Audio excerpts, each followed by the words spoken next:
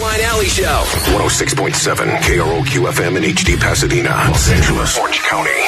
This is the world famous KROQ. All right, good morning, and how the hell goes it? Welcome to your Tuesday. We are Klein Alley Show on KROQ, streaming live on YouTube as we speak, and also in your ear holes where we belong on 106.7 KROQ. Or perhaps you're streaming along or listening to this after the fact in podcast form. Regardless, thanks for hanging out. My name is Klein. That is Allie. Morning. You got DJ Omar Khan right there. The audio sniper, Jake Z. Ned. What's that? Postmaster Johnny. And the aggressive homophobe known as Vanessa, who will run to any pride parade happening this month and yell at all of the gay people that are just trying to have a good time. I just want Vanessa to go to every pride event now. Every local, every domestic and international. We got a flyer out to New York for Pride there. There was just so many thoughts that came through on the Goat Line DMs on Instagram about her screaming at gay people. And listen, I don't even... Yeah, I get it. I know. There was just a lot of yelling that went on yesterday during the show, and it was our way of kicking off Pride. And maybe today we can answer some of these many questions on the Goat Line. Hey there, listening to the podcast, and lesson learned from Vanessa at Pride: real men don't eat quiche. Real men do not eat quiche. Great message. Nor can they name one ingredient in quiche. Yeah, no one even knows what it is. I mean, there's just a lot of thoughts about some of the many, many things that went on at Pride. That audio footage that Vanessa caught of her at the parade, the gay parade, it was awesome, dude. Rainbow gay! Yeah. She is. So great. She, after the show yesterday, was curious if we should even re-air it because she thought potentially people would be offended because after hearing it back... What the hell? She's concerned that it sounds like she is down there literally attacking gay people. And that's what's funny about and it. She is. And she actually is. And she actually is. So anyway, Hey, the views of Vanessa do not necessarily reflect the views of the entire show. That's right. Are we supposed to Yeah, say we got that? to point that out for sure. Yeah, oh, absolutely.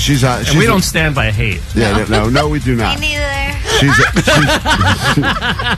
She's an tired to defend island unto herself. Absolutely. We got a good show planned for you today. I don't know if you're a short person and you saw the sad news that I think Tinder and a couple of the dating apps are going to start now giving you height profiles that you can go ahead and set so you can no longer go on dates with short people. We're going to change that all around today and give more short people and any size people really the opportunity to enjoy some Cali Vibes VIP from the exclusive KROQ High Rise. Wait a minute, you can change the profile? Yeah, it was like a big breaking story today that said that now there's more opportunities where people are, if you no longer want to date short people, you no longer want to end up on it, even if it's one of those. So like you can choose an age range, you can choose a height range? Yes. Oh. Of course, this came across your feed, short. Thank you. Thank you. I get all the short news updates. Yeah. You better believe it. And I have a short attention span. You.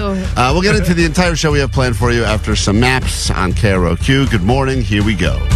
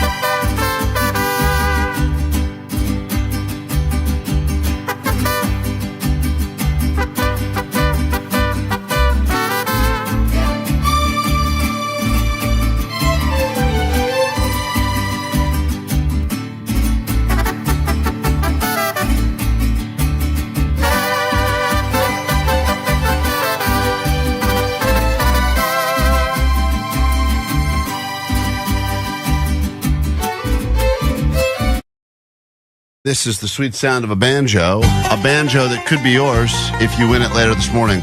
We got 9 o'clock. We'll get you Mumford & Sons tickets, Hollywood Bowl, and everyone who wins tickets will qualify to win the box, a potential banjo, and the opportunity to meet Mumford & Sons. Great. You can ask him all about his wife, Carrie Mulligan's Oscar that she won. She's got a bunch. She's got a bunch, according to AI and Allie Johnson over there. We are one. On the show today, we will learn to live forever with a new round of old people secrets. Here's a tease. Yeah, I'm 108. Last April. I like that. So there you go. That woman is going to give you the secret if you want to live to be 108 and thriving like she clearly is. Did she just say she ate people? I think she eats people. Is her secret. People. She eats people. She's a cannibal. Well, it's about time. I think if you're that old, you're just like, okay. Sure. Yeah, I'm 108. Last April. I like that. I eat people and I like them. That's what I like heard. So anyway, we'll find out what her actual secret is a little bit later this morning. She's the original And Liver King. You can live forever. We'll do some clickbait, Stonergories, if you'd like to go to Cali Vibes VIP and stay in that exclusive KROQ high-rise. All we need to know is that you can prove science wrong and prove weed and potheads right by answering some questions under pressure. That'll be coming up later this morning as well. And if that was not enough, Postmaster Johnny, I think, went to a bar and tried to order a beer for the very first time in his life, which is crazy that he's 27. He's never actually gone and ordered a beer at a bar for himself. He didn't even know what to order. No. But it was interesting hearing him yesterday because we were talking about how bar tabs are going away. People aren't opening and keeping it open. They're just like, you know what, buy a round, close it up because they don't want to spend extra money. And he was like, yeah, but how do they even know it's yours anyway? Yeah, he made a good point. We were like, oh. He goes, how He does didn't know how the tab worked. And it does. And by the way, as someone who's opened many bar tabs in my day, I also am a little confused as to how it works. What are you talking about? It's very simple. If you're at a crowded bar and there's a lot of people, it is remarkable that they're able to stay on top of that all. And also, they have that little bin. They have like They ask you for your name, dude. Yeah. What the hell's wrong with you? Your name is on the card, and that's the name they put into How the system. slow are you? But like leaving though, like what if you leave and just walk out? It happens many times. The amount of times I've had to walk It's happened to me, and they keep your credit card, and they will charge your credit card for whatever amount you owe. They don't need you. They need the card. Yeah. You can leave whenever you want to. The saddest feeling ever is going back to a bar the next day when it I've smells. been there. I've done that twice. It sucks so bad. That's the part when I heard that they're closed, that bar tabs are going away forever. I said that's the part that we're really missing out on is the walk back the next day to go get your card. And then there's like one day shift person who's like wiping down the bar, going, "Hey, hi, yep." There's another one. Bunch of people. I'm that guy. Yeah. What's your name? And then they go through like the 17 cards that were left that night. I had to drive all the way back across the city to get here. Yeah, I know. No one's in a good mood. Everyone's annoyed about it. And then, of course, at that point, you realize how much damage you actually did because when you do have the bar tab down, of all of the irresponsible spending you can do in your life. Oh, my God. Yeah. Talk about being confronted with your bad decisions. You also don't know if they added on top of it. You know what I mean? They made the bill a little bit larger because you were that way. Right. You have no idea. You go, did I drink? And in some ways, even though you're annoyed at how much you spent, you go, wow, I guess I had a great night last night. Like, I don't remember buying all of these shots for all of these people. but look at that. I would love Johnny to go back in and be like, do you even know it's me? Well, and they're like, here's your bill, idiot. Yeah, well, we'll get to this a little bit later, but I know that he was already out of the gate. He didn't know what type of beer to even order, so he had one brand of beer in his head, and it already backfired pretty quickly. Here's a tease. Sorry about the wait, guys. How we doing? Hey, what's up? Can I have a... Are you at the airport? A Coors, please? What kind of bar did you go to? Johnny, what It type was some like weird little bar in like Burbank Did by you- the mall. So like a dive bar? Yeah, kind of. But they were playing pool, and there was girls there too. So I don't think it was a dive bar. When you Was knew it that... the Beanery? Wait, say it again. Was it the Beanery? No, it's not that. It was He thinks you're saying something racist, Jake. yeah. For a second, I was like, "Hey, yo, who gave you the pass?" Once Johnny got there, it was the it was the beanery. It's the beanery now. I've arrived. Is that really a place though? I got to go there. Yeah. Well, You think it's Johnny, when you realized you were getting audio for our show, did you say, I want to stand as close to this TV as possible to make sure that everything I say gets drowned out by Spectrum News 1? I kind of wanted to see the game because I didn't know how long I was going to be sitting there waiting for a convo. Right. So anyway, listen to this. He had one beer in his mind to order, and then... Sorry about the wait, guys. How we doing? Hey, what's up? Can I have a Coors, please? Oh, we are out right now. Oh, you're out? Yeah. May I have... And then Johnny just left. He had no idea what to do next. Who runs out of Coors, by the way? I know. Crazy. They Just probably wait. never had it. I think it was. Yeah, I guess so. Nobody orders this. Yeah. We'll just put it up on here, but That may be the beanery, actually, now that I think about it. All right, we'll come back with that. We got lots to get into today on the show, so get ready. Strap in. It's going to be a good one. We'll come back in a moment, give you $100 of Allie's money. If you want it, call us now, 800-520-1067. Battle her for $100 of her own cash as we get ready for another $500 Friday at the end of this week. We're not doing that. What are you talking about? You know what? How about it's Tip Tuesday? I'll do $200 Tuesday. A $2 tip on the 100. That's not. No. $500 Friday. It's coming back, right? Yeah, no, it's not. That was a one-time thing. You guys were just peer pressuring me into doing a $500 Friday thing, and I did it, and I won. Look, I'm not like Jake. I don't need to have the bragging rights. I don't care about bragging, and I don't care about rights. Let's just do it for the summer. It's just for the summer, Allie. Yeah, just for the summer. $500. How many Fridays are there over the course of the summer? Not that many, like Can't 12. be more than 2. There's a lot more than 2, guys. I think Omar's right, actually. The thing is, I don't have the money to just be giving $500 a week away. But you didn't give it away last week, so you've given away so far $0. Yeah, you just got to brush up. You did well last week. No, because then Klein's going to start making harder and harder questions, and they're all going to be stupid sports things and really niche fast food news, and I'm not going to be able to. He's going to set me up for failure. If he's the one controlling the questions, it's just going to be a disaster. That's right.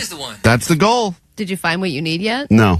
Stolen. There's a really funny message here about a guy. Really trying here. Yeah, this guy is obsessed with the $500 Friday theme song. He's been singing it all weekend, but I can't find the guy now. I'm so annoyed. But anyway, you'll find other ways to give me a hard time. Here you go. We'll listen to this message instead. It's a month of pride, and there's no need to hide. Allie's so proud she shouts it out loud that she's gay and here to stay and to celebrate with $200 Tuesday. To yourself be true, and we accept you for you. Now let's find out if Allie knows the news. $200 Tuesday does have a nice ring to it. So what? It just accumulates $100 every day? Sure, why not? Find a rhyme, a money rhyme for every day of the week. That doesn't mean I'm going to do it. Well, this guy wrote a poem. As a handicapped man, wrote a poem and left it on the goal line. You're going to say no to his face. How dare you? If you'd like $100 of Allie's money or potentially a $200 Tuesday, call us now. We'll come back with 5 questions next. Yes, yes. This is Marcus from Mumford & Sons. It's Banjos in the Bowl with Mumford & Sons. Listen to KROQ at 9, noon, 3, and 6 to pluck yourself some tickets to Mumford & Sons at the Hollywood Bowl June 12th. I will wait for you. The people been down so long. You'll instantly be entered for a chance to win the grand prize. A private box for 4 at the show. Meet the band and maybe ask them for some pointers on playing your new signed Mumford & Sons Deering Banjo. It's alright. It's not amazing. You'll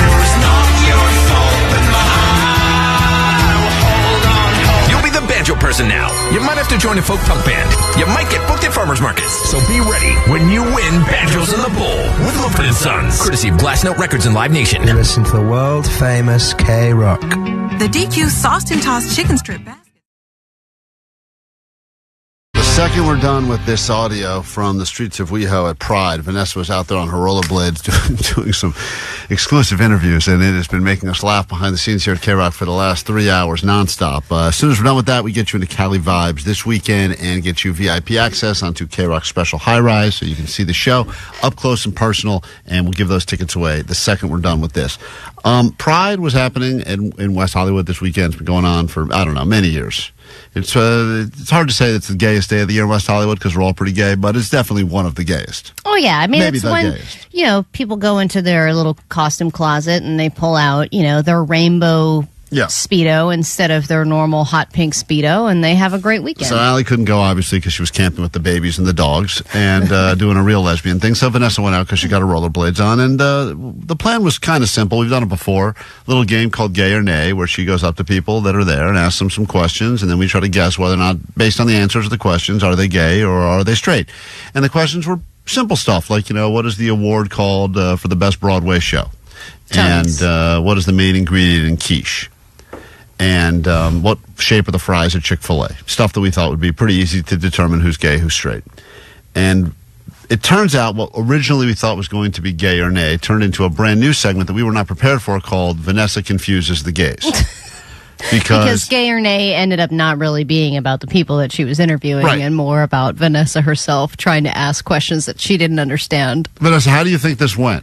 I'm cringing at myself. One, it was really loud, so I was screaming. Yes. And I'm like trying to read the questions I could barely see, and then I'm pretty sure I'm saying a lot of the words wrong. Yes. And I repeat myself. But everyone was really nice, and that's all that matters. Yeah, you had a great time. This could be a hate crime, and this is not our goal, but just listen to this. This is just a jump cut of all of the every time she talked to anyone, she confused them. And then we will actually we'll try to play one round of the actual game. But take a listen to this new segment on KROQ called Vanessa Confuses the Gays. What's the main... Ow! Hold on. All right, right out of the gate, she's got a What's problem. the main... What is she drinking, by the way? Yeah, what'd you Everything, drink? all of the I above. was drinking, I think, tequila soda. Yep. How much did you have? I promise you I only had 2 and 1 shot. No way. Well, she's a child. Let's not forget. Okay. So Yeah, drinking tolerance is is low. right. A child. The cups were big. The cups were not The big. cups were big. And Right. you say you're not a child. Right. Okay. Here we go. What's the main... Ow! Hold on. All right, that was how it started. So it didn't start great. Then she gets to the first question, which is supposed to be an easy one, which is what is the award for the best Broadway show called? And she had a lot of trouble with this one. Okay, Luis. What is the award for Broadway plays called? What is it? What? Award for Broadway? What is the award for Broadway plays called? What is it? What? Hello. Hi. I'm about to talk to a very handsome man. Is he gay? Is he straight? I don't know. Okay. She's like fired up. She's like so aggressive. And she's not doing a character. I know this sounds like something that Sacha Baron Cohen would come up with. It's like a mix between Borat and Ali G. She's I know. kind of doing a mix of two of It's them. funny to hear her. It's almost like she's borderline angry. Yeah, well, she gets real mad. Like, I don't know. Maybe you do. Right. Is he straight? I don't know. Okay. What is the award for Broadway plays called? What is the what? The what? The award for Broadway plays. What's it called? We're both laughing. We are both laughing. I like the commentary. Let the record show. By the way, I don't hear him laughing at all. I hear her laughing, and I hear him I getting also don't frustrated. hear any of them shouting. No. Which she's- you said that you were shouting because it was loud. Yeah, I don't know why you can't hear the music, but it was really loud. This child came up on rollerblades and started screaming at me about being gay, I think. Yeah, if you think, any guys who are not fan of the gays, and you're the ones that were holding those signs up that are like, God hates us, Right. that is much less effective than this. Yeah, this is the best way to really let the gays know how you feel. Just rollerblade up to them and start screaming at their face. So this is, once again, the segment has been changed now to Vanessa Confuses the Gays. What is the award? Hello, I'm with a very handsome man. Is he gay or is he straight? I don't know. Okay, what is the award for Broadway plays called? What is a word for Broadway plays called? That's 0 You for got 3. almost all of it. 0 for 3 on this question. 0 for 3. Oh no. Broadway plays. Okay, I like that answer. All right, she loves the answer. You repeating part of my question. I love that answer. The other question that she went to is what is the main ingredient in quiche? And she had a really hard time with this one. What is a succulent? Oh, no, this was a different question. Sorry. This was a question about... Succulents. Right, do you know what a succulent is? And this was another one that really threw people off. Well, because they couldn't understand what the hell she was saying. Understandably, so it got confusing. For Broadway plays called. Hold on, here we go. Hold on. Let me fast forward past. Hold on, sorry. It's hard to keep track of it all because everything's labeled Vanessa screws up. So Broadway plays. Okay, I like that answer. What is a succulent? What is what? A succulent. Succulent. A succulent? Succulent? Succulent. That word. Succulent. she finally goes that word and points to her phone. But this person is that word and points to her. So she goes. I mean, she But goes. I love how eventually she shorts out and starts asking them Right, how to pronounce it. Succulent? Succulent? Succulent. That word. Succulent. Succulent? What's the main ingredient in kimchi? This was supposed to be what is the main ingredient in a quiche. So he never answered the succulent question? No. She's just jumping. The main ingredient in kimchi. In what? They're so confused. What's the main ingredient in kimchi? Just give me an answer. Damn. She's so frustrated. And Just give me an answer. And this poor gay. She's so frustrated with herself. And this poor gay woman. Listen to this gay woman. I don't know what your question is. I don't know what the question is. She's just harassing them. Answer me! So these didn't go great. At least they didn't go according to plan. They definitely went great. But Did you get one legitimate answer to a question? I don't think so. Answers. I don't know, Vanessa. I've been listening to these all morning, and they are great. But let's take you through one of them, the unedited, all the way through. This is Vanessa Confuses the Gays, also known as Gay or Nay at WeHo Pride over the weekend. And here she is on rollerblades, apparently hammered on tequila, trying to have a conversation, which ends up with her bullying the gay people. Hello, hi. I'm about to talk to a very handsome man. Is he gay? Is he straight? I don't know. Okay, what is the word for Broadway plays called? What is the what? The what? The word for Broadway plays. What's it called? We're both laughing. We are both laughing. What is the word? Tony. Okay. So you got I think he's just saying, Tony, let's go. Tony, let's get out of here. Tony, stop talking. Kid's scary. All right. What's the main ingredient in kimchi? In what? What's that word, kimchi? Okay. What's that word? She shows them again. I love how he's like, oh my God, it's quiche. Quiche, thank God. What's the main ingredient in kimchi? Okay, what is it? What is It's an egg. Egg. Okay. So this guy, You don't know. she doesn't know. He got two right though. This guy, by the way, definitely gay, right? You can tell already. Yeah, I think everyone should talk to most. Yeah. From what I heard. Okay, wait. Who are the She's trying to walk away. Yeah, so the guys are trying to leave her at this point. I mean, It's egg. I don't know. Run! Just get out of here. This kid on rollerblades is yelling at us. Okay, wait. Who are the Knicks playing? She's asking the She question. sounds like she's dying. The question was who are the Knicks Who are playing? the Knicks playing? Sports, you lost me. It's sports. What's the last movie you saw in theater? You can barely pronounce theaters. I can't with this. He didn't see a movie in theater.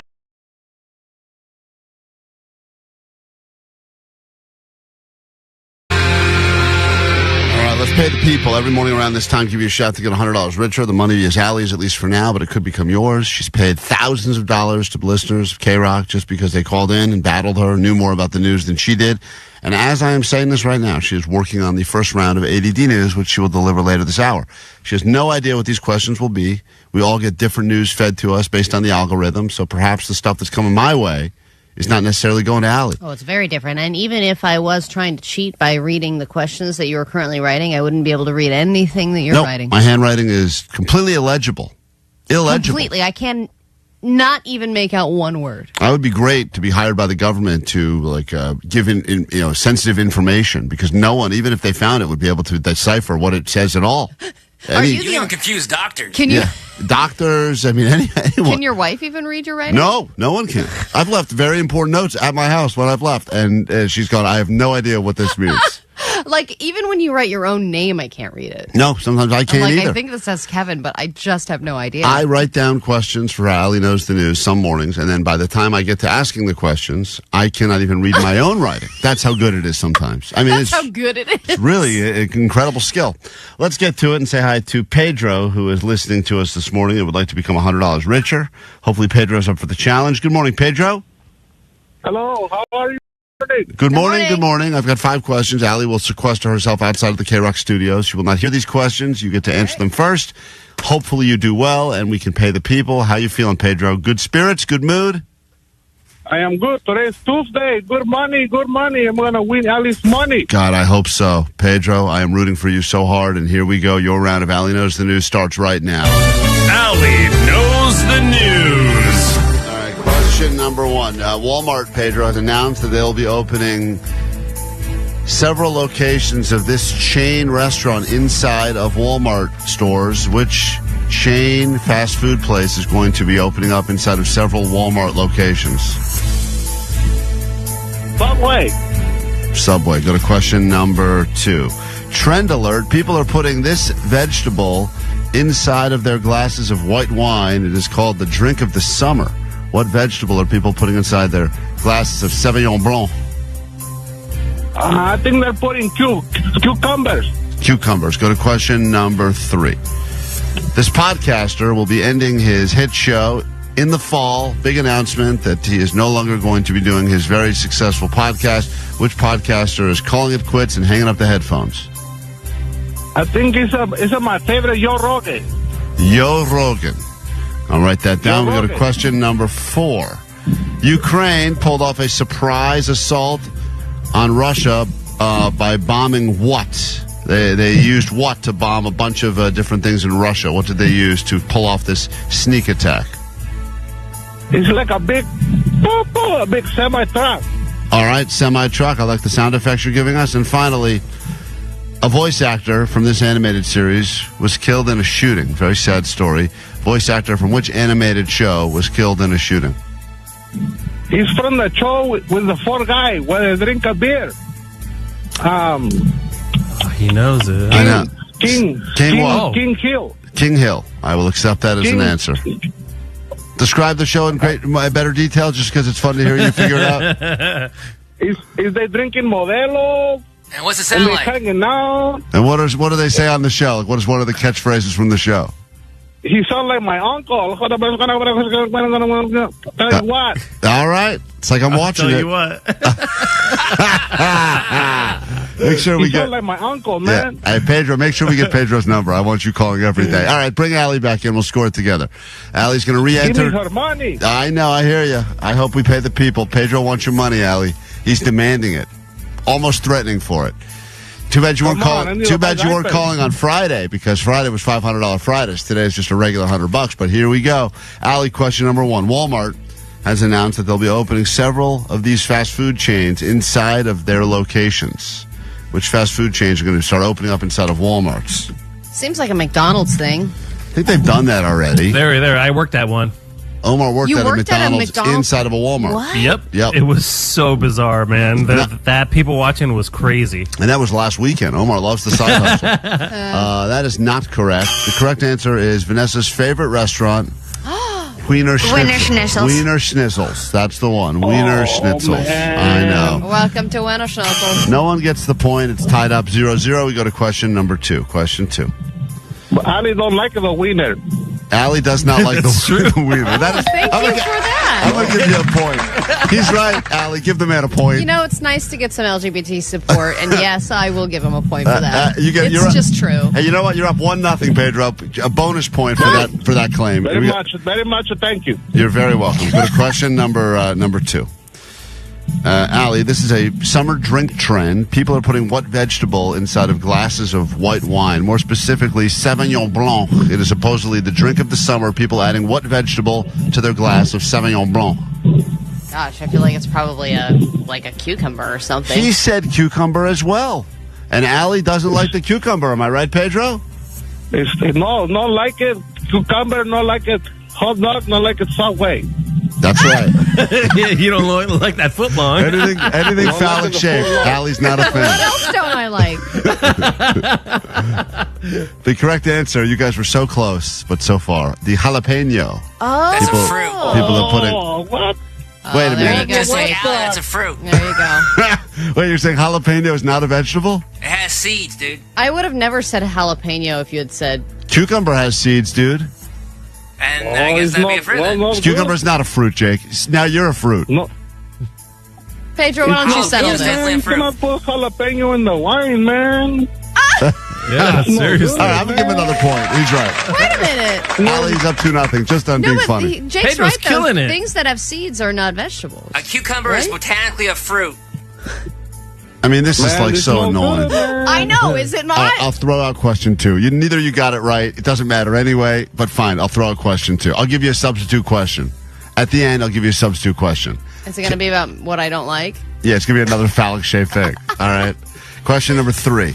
This podcaster will be ending his show this fall. That would be Marc Maron. Okay. Unfortunately for Pedro, who I like, he guessed Joe Rogan. Oh, so God, I I wish. like it, Mike. I like the Mark McGuire. It's He's a not home run. Mark McGuire. It's Marc Maron. Allie gets the point, and she's now technically up 1, but we'll call it a tie, and we have 2 questions left. We go to question number 4. Ukraine pulled off a surprise attack on Russia by bombing their fleet using what? What did they use to sneak attack Russia? God, it's so hard to keep up with this stuff. Smoke bombs? Ali's not going to like it. Yeah. It's big and long. He's not going to like it. He guessed Missiles? he guessed a big truck is what he said. It was a big explosive truck, but the correct answer was drones. It was all done through drones. Oh, wow. No, man, but the drone is come out of the truck, man. Oh, man. I got to give him the point. All right. You can't keep doing that. You get the point.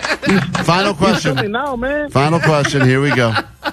The voice actor from this animated series was killed in a shooting. What animated series did he work on? King of the Hill. You know who else got that? Pedro got that as well. Yeah, Pedro got it. Pedro does a spot-on impression, Allie, of King of the Hill. Why don't you give Allie a little sampling of your little King of the Hill impression you do, Pedro? Go ahead. He's like my uncle, man. Because I'll tell you what. See? This guy's great. That is really good. This is a tiebreaker question. I'm going to call it a tie at this point. The Dodgers got a new pitcher yesterday. Oh, come on. What new pitcher? A sports question, tiebreaker. From the Mariners. We're going to move away from all the fruit questions and go to the we're going to the sports ones. What is the last name of the pitcher that just became a Dodger as of yesterday? I don't know. Fernando Valenzuela. No, that guy's dead. It's a little late on that. All right, I veto my answer because he got it wrong. His last name is Klein. Really? A lot of people tagging me in that. Yep, Klein. What a name. He said it afterwards. Right. Hey, I'm going to give you the point, Pedro. You said it after I said it, so congratulations. Pedro, final score, 11-2. You win this round of Allie Knows the News. Congratulations. Klein, you know what? Thank you. I'd like to thank you, everyone. I'd like to thank the gays. I'd like to thank Ali, everyone. I'd like to thank Vanessa. I'd like to thank everyone. Anyone else? My kids, they're going to have diapers now. Great. Everyone. How many kids you got, $100. Pedro, out of curiosity? 7. Whoa. Whoa. Get this man the $100 ASAP. Allie, Almost. the very least you can do. Soccer team. 4 more soccer team.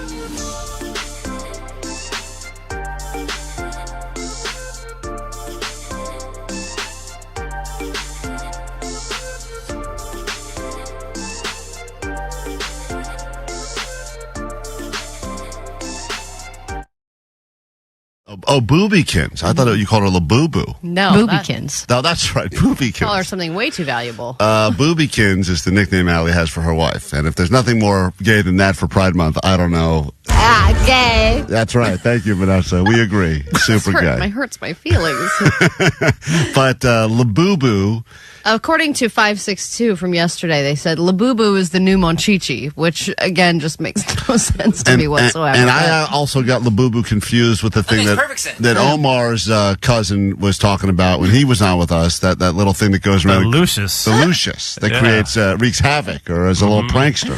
Yeah, but apparently we were just talking yesterday about how so many people are buying these. They're starting to go to China, buy a bunch of them, try and smuggle them into the U.S. People are spending $700-800 on these. I think Prada's making them now, so I decided to tell Katie that I'd gotten her one. And I don't think she wanted one, but it's one of these things where people didn't even know it existed, and now they know that everyone wants it. It's a real supply-demand thing, and then they'll go, I got to get a LABubu. And you go, this is no different than when Treasure Trolls first came out, or whenever there was some sort of a must-have item that there was a shortage of. Everyone just wanted to have one because it meant that you had the plug. Right. There's always, I don't know how often it happens, if it's every 5 years or every couple of years, but there's always a thing. Furbies and all that Beanie stuff. Babies. You can't get them, and then I feel like, Omar, were you a Beanie Baby collector? Me? No, hell no. It struck me as a guy that would have been. I was a garbage pail kid collector. Yeah, that was me. You as a Beanie Baby collector. I don't know why. I feel like at some point that'd be the least. I would be most offended by that striking you as something I would do. I think that I could have seen Omar being because he's financially smart. That he could have been like, I figured out. Not when I was a kid. No, not as a child. But I thought maybe as an adult you would have done this thing where you figured out ones that had value and were able to pick them up. Well, Omar's always got some. Well, he does collect Coca-Cola. Yeah, he's got Coca-Cola memorabilia. Yeah. He's got. I mean, everyone's got on the show. I think minus me because I just have no hobbies. Everyone's got some sort of a weird collection of stuff, right? I don't have a collection of stuff. Plays. Well, you have all that cat feces in your house. I do collect cat feces. Rat droppings. Yeah, rat droppings and cat feces. All right, poop. I do collect different types of poop. Allie's a poop collector. Eventually, it'll be valuable. This was Allie telling her wife the good news that she was going to order her a LABubu. I already ordered it. Oh, you already ordered it. Well, listen, it didn't go great. I got you something. You did? Mm-hmm. Got you this. What's that? That is horrific. It's called a LABubu. Now, this is the thing, is when people don't know what it is and then they're shown what a LABubu is, it is kind of disturbing. Who is she referring to as horrific? This is you still, or you showed her the picture of the feces? Oh, she's just sitting in a pile of cat crap. Horrific. It's called a LABubu. I don't like it. Oh, man. Is that what you were hoping for? Well, I just wanted to gauge her reaction. I thought maybe she would at least appreciate that I bought her something. Some people, if you said, hey, by the way, I got you a LABubu, would freak the F out. I think they look cool. Are you serious? Of course, Jake would think they were cool.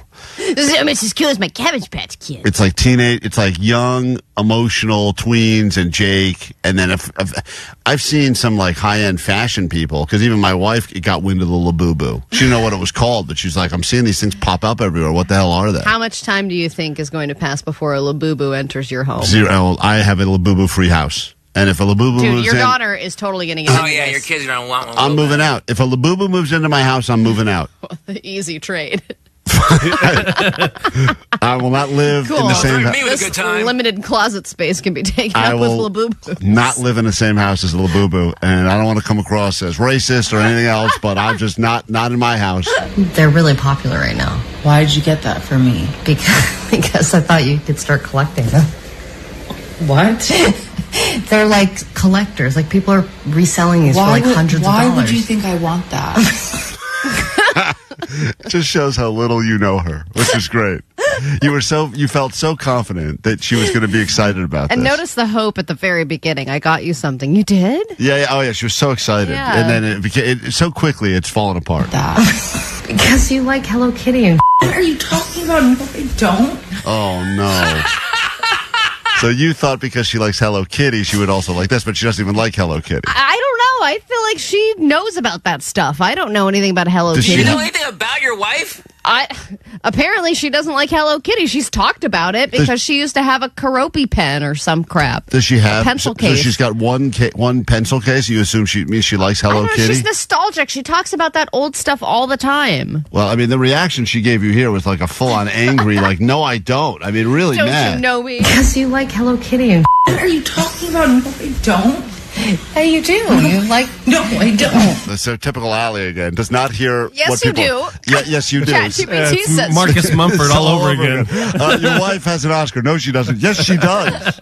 That same conversation Allie had with Marcus Mumford about his wife's Oscar. It was I don't like Hello Kitty. Yes, you do. What funny? Not a child. KROQ or whatever.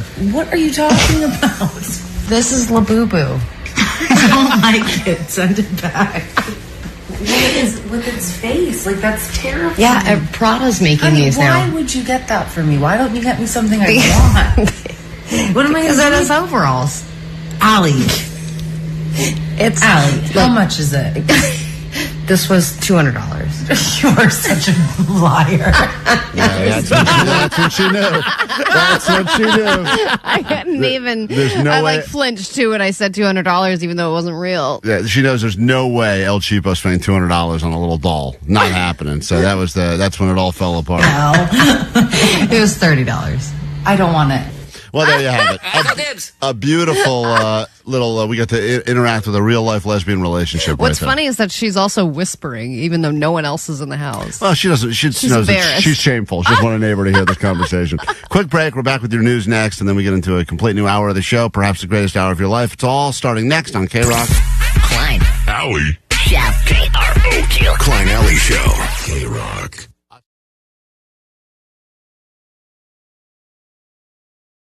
It's been a while. I'm not too sure. So now he's mad. So the next 1 minute gets really aggressive now. I don't know. He tries to leave multiple times, and she will not let him go. And I feel like apologies to the entire gay community. This was not our goal here. It's been a while. What? wait. So that's the third time he's tried to leave now. This guy Tackles him and beats him This up. guy wants out so bad, and she will not let him go. What? What's the shape? What shape are the fries in Chick-fil-A? We can't support Chick-fil-A. Ew, gross. Them. Gross. Bye, Chick-fil-A. Okay. What is it? Did she just say buy AAA? He's talking about Chick-fil-A, and then she said, "Buy." The question is a very simple question: what are the shape of the fries at Chick-fil-A? But who would know that? Because she's screaming at this guy, and he's like, "I can't support Chick-fil-A." And then she's like, "You're right, girl." Buy Chick-fil-A. Okay. What is a succulent? What? A succulent. I don't know how to say the word. Where? Succulent. What is a succulent? Succulent. Succulent. What's a succulent? Oh my god. I'm like shaking him. She's so unhinged. Jesus, Vanessa. Suggestion on the text Grabbing line. him by his little straps. Look at Daddy! Vanessa, someone said maybe the problem is you should have asked the questions louder. Is that possible? I More This is- shrill. I can't believe this didn't get reported to the police. What's a succulent? Sorry. Succulent. God, I don't even know how to describe it. It's just like a plant. A plant that needs water, obviously. Oh, hilarious. Wow. Vanessa is on fire. Bonding. What? Wait. These guys tried to leave again now. This is the fourth time they've tried to walk away. And she's just rollerblading behind them. What? Wait. What type of car do you drive? I drive a Lexus CT200. Okay, Lexus. I like that car. What's that about? Okay, Lexus. She's turned. If somebody came up to me and was doing this, I'd be like, the fact Vanessa. that she can barely pronounce what kind of car do you drive. She's turned this. She's almost become like homophobic. She's like everything they say now. She's attacking. What kind of car do you drive? So many compliments, you have no idea. Well, listen here. It is. Vanessa. Okay, Lexus. Okay. It's a hybrid. It's a hybrid. So, we're all about saving the economy here. Of course, we're all about saving. Hold on. Of course, we're all about saving the economy. Okay, what's your drink? Wait, what's your drink? Wait, that's the 5th time now they've tried to leave. And she will not let them leave. This is like a hostage situation. Wait, what's your drink of choice? Oh, easy. Codigo soda with a splash of pineapple. Oh. Da. Okay, are you gay? Are you mocking them? Those poor guys. Da. Okay, are you gay or are you straight? I'll leave that up to y'all interpretations. No, tell me, are you... No. Oh, no. Oh. I do not accept your... So he said, babe, it's clear. I mean, the guy couldn't be any gayer, right? But she's like, you know. Well, yeah, that drink tell of me, choice. are you gay or are you straight, man? Because I'm about to... Leave out for the rainbows. Okay, rainbows. Gay.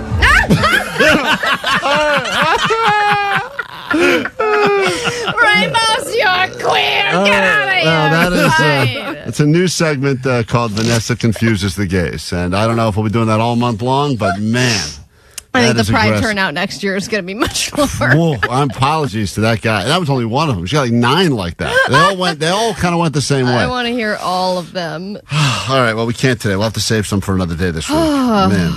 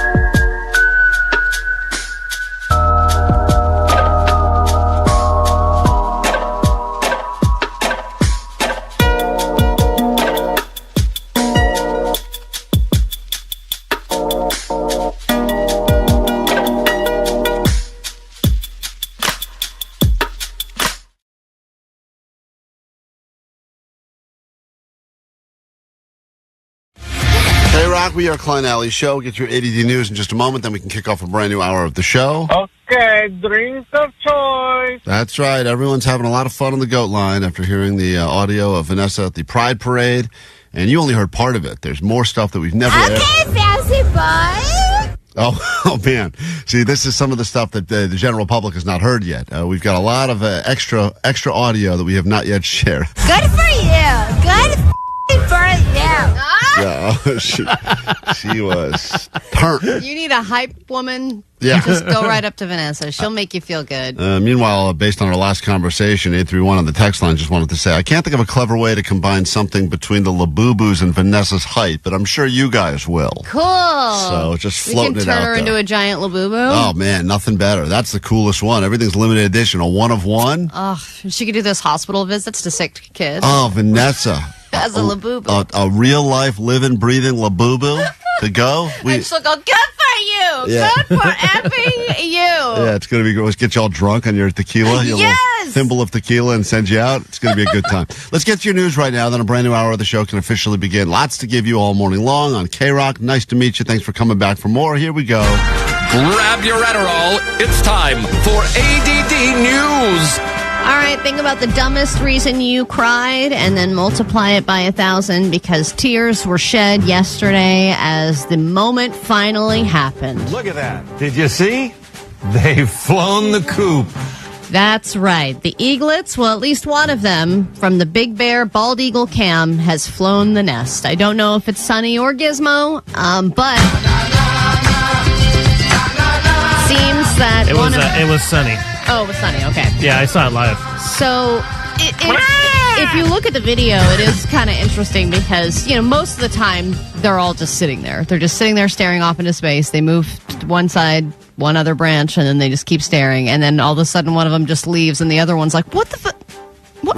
Right. What's going on? Where'd you go? He's like, where'd they get? I thought we were roommates. Where are you going? Where are you going? I want to quote our former president, and I say this from the bottom of my heart. Congratulations, Bird. Just one bird. Congratulations, Bird. That's a big bird, man. That is a big bird, man. It is a big bird. And now it's gone. I wonder when we stop calling them eaglets and we just start calling them eagles, because I'm kind of over the eaglet. Like, they're enormous now. Let's just call them eagles. But the news reaction was very significant. Such a neat sight. Just a spectacular evolution to watch from egg to eaglet. And then now we knew this was coming. And that no one still knows what's going on. No, we're just trying to talk about it. Hatching to now to... Hey, Goal Line we knew this was coming. LA, Goal Line was fired up. People were so excited. I mean, Omar Khan, Ali Johnson, the Eagles have taken flight. Congratulations, Bird. Congratulations, Bird. People love it. Well, and the first time it took off, or one of them took off, and then it blew, like a wind blew, and then it went right back to the branch. It was like, never mind. Out. We've been watching these birds as they've come from hatch to now.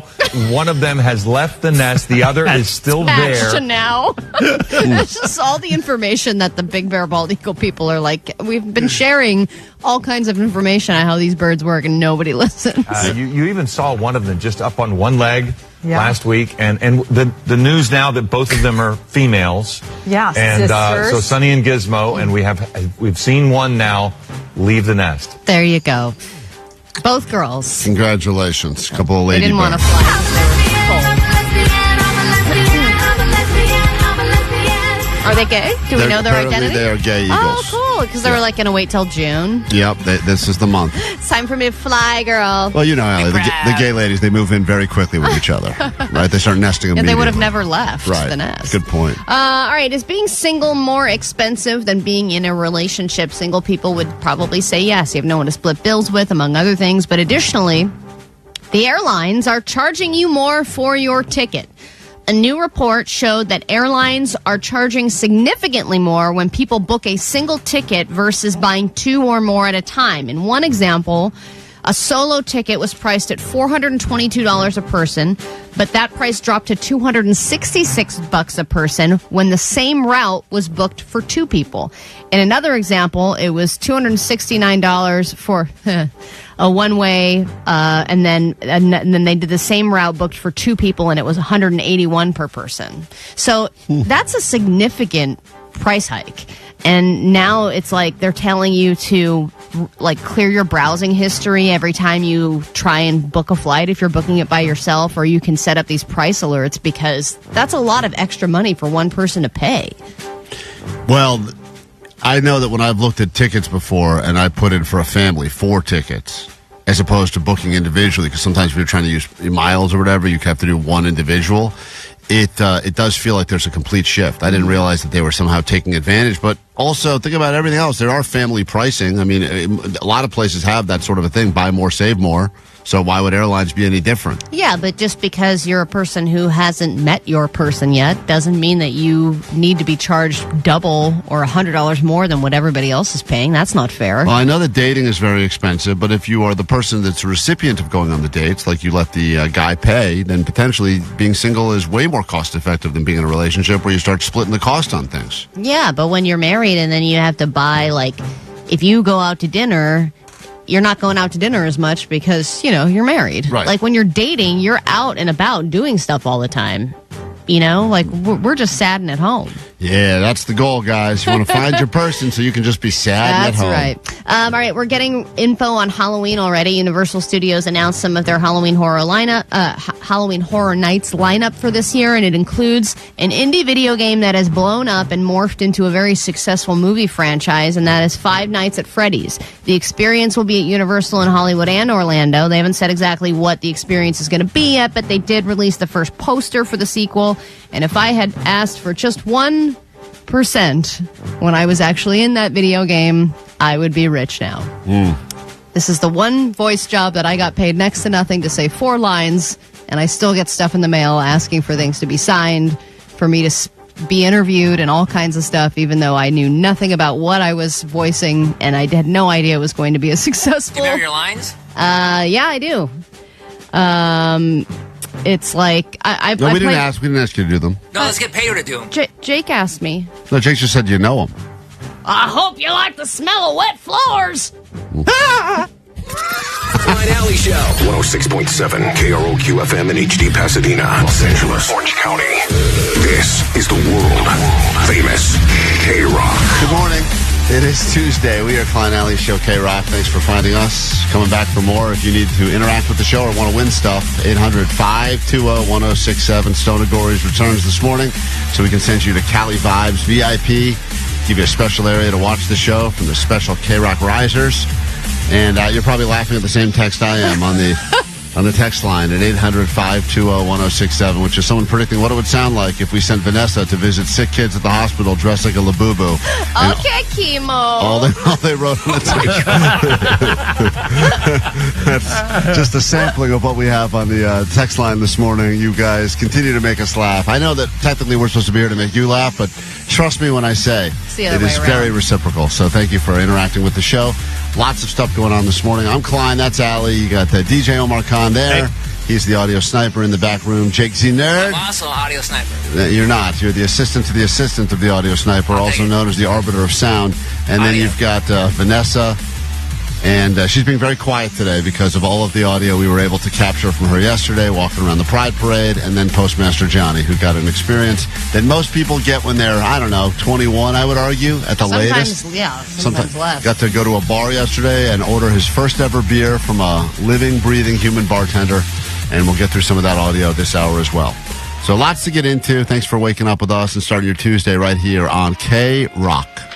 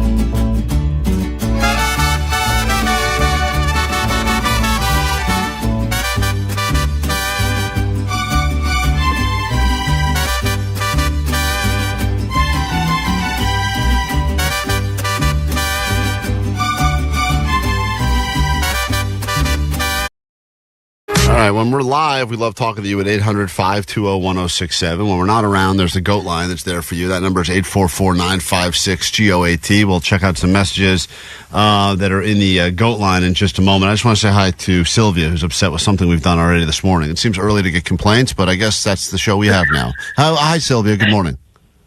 Good morning. Never too early for a complaint, I just got to say. Oh, boy. Okay. What did we do? I have a counterpoint. I had a counterpoint to what y'all were saying.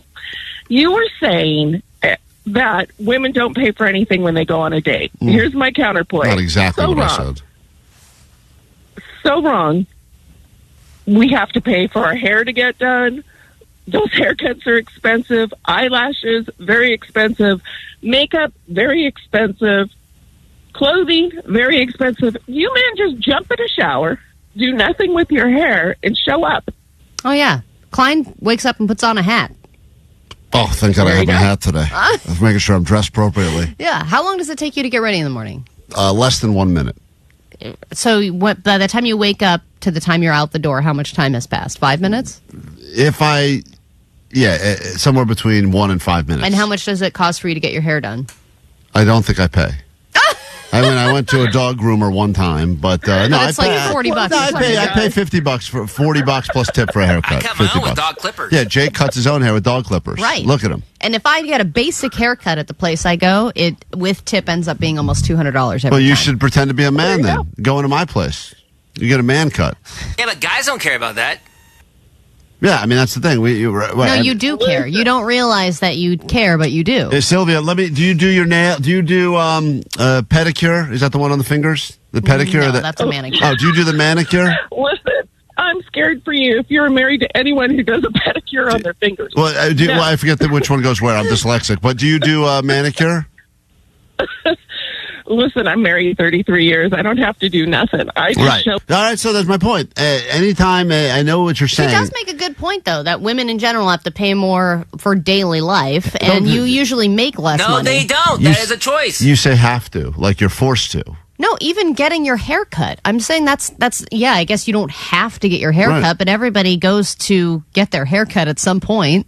Yeah. Tell me, if girls didn't do everything that they do, which they want to do themselves, would you want to date them? No. Oh, God, no. I know you're saying they choose to, but would you really want a girl that's not, like, put together? Get me a bald-headed chick with mangled fingernails. I don't care. Let's get him that girl. I'm somebody who doesn't really do a whole lot of that stuff. Oh, I can't even tell you the last time I got a manicure or a pedicure, and you let me know about it all the time. Yeah, but the point is, in general, the manicure, or the pedicure specifically, those are, I know people say you would notice if it didn't. You would. My wife says all the time.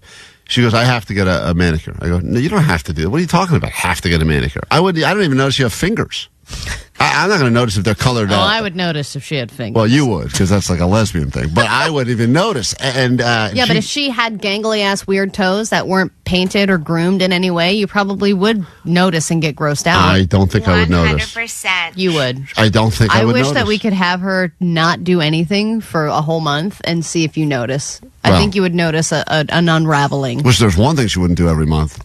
But I don't know what that other stuff, Allie. It's like complete to me. That's a great point, though. Klein tampons. Got to pay money for that. Guys at the pace, we all have stuff that we have to spend money on that is annoying. And I didn't even make the point that all women are getting free dates all the time. I just said we got into the discussion during ADD News, is it more expensive in general to be in a relationship or to be single? And this woman claims that when you are single, both people have a lot of expenses they have to spend money on. Right. Gym membership because you want to be fit, because you got to go out and you got to try to attract. You could go on and on. The list could never end. Or you don't do any of that stuff. You work on your personality by meditating or some crap. But even if you just work on your personality and you're single, you still have to pay for your bills by yourself. Right.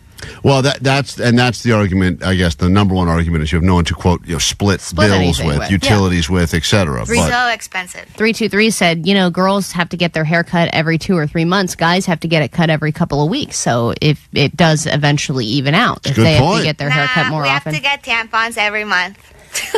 Yeah. All right, our tampons cancel out your haircuts next. I will say... how expensive are tampons? They're expensive. Dude, they come in so many flavors. I saw them at the store. There's like a million to pick from. I don't even know them. Gross. Vanessa, don't judge. I'm just saying. You're contradicting your own self. We could go into. I think car insurance is more expensive for guys. What are you talking about? It is. We get in way more car accidents. You get in way more like, oopsies, I ran into a mailbox again. Klein's right on the car insurance one. Yep. When I first started driving, my insurance was through the roof just because I was a young male. Yep, young male. Young female, all I have to worry about is, protection for the seats for tears and stuff. Do guys get paid more than women? Oh. Whoa, calm down, Clay. But also, when it comes dice, to... that's the dice man in the back. The dice man. There she is. Hey, a dice man. But when you are dating, usually women are the ones paying more for birth control, IUDs, and stuff like that. Guys sometimes buy condoms, or sometimes they're like, I don't know, figure it out. Yeah. Mic drop. Birth control is usually free, though. Every girl I've been with always said she gets it for free. Right. Good point. Good point, Johnny. And condoms are out the door, or they're free. Condoms are always free everywhere. Right. Condoms are out the door or they're free. Right, well said. This conversation is derailing. Well said. All right, well then the reality is that everyone will argue that I think the one thing we can agree on is potentially that being single does cost more than being in a relationship. Maybe. Unless you throw a kid in the mix, in which case now the couple has got way more expenses. Yeah, if you add a kid, then that cancels out every savings. We can't, unfortunately, get to the GOAT line now because we've run out of time. This has all started with a complaint from a lady who was very upset with us, but she stopped trying because she's been married 30 years, and that is the goal eventually. We'll come back in a second. Don't worry. The text line is making it very clear that she stopped trying. Yeah, I'm well aware. I've seen it. When we come back, it's time for us to solve the internet's biggest riddles once and for all. We'll get into a round of clickbait. You won't believe what we have in store for you. And then Postmaster Johnny did something that I believe is a rite of passage for all people. Ordered a beer at a bar for the very first time. And we have the audio to back it up. It was uncomfortable to say the very least. That and more is next. Yes. This is Marcus from Mumford & Sons. It's Banjos in the Bowl with Mumford & Sons. Listen to KROQ at 9, noon, 3, and 6 to pluck yourself some tickets to Mumford & Sons at the Hollywood Bowl June 12th.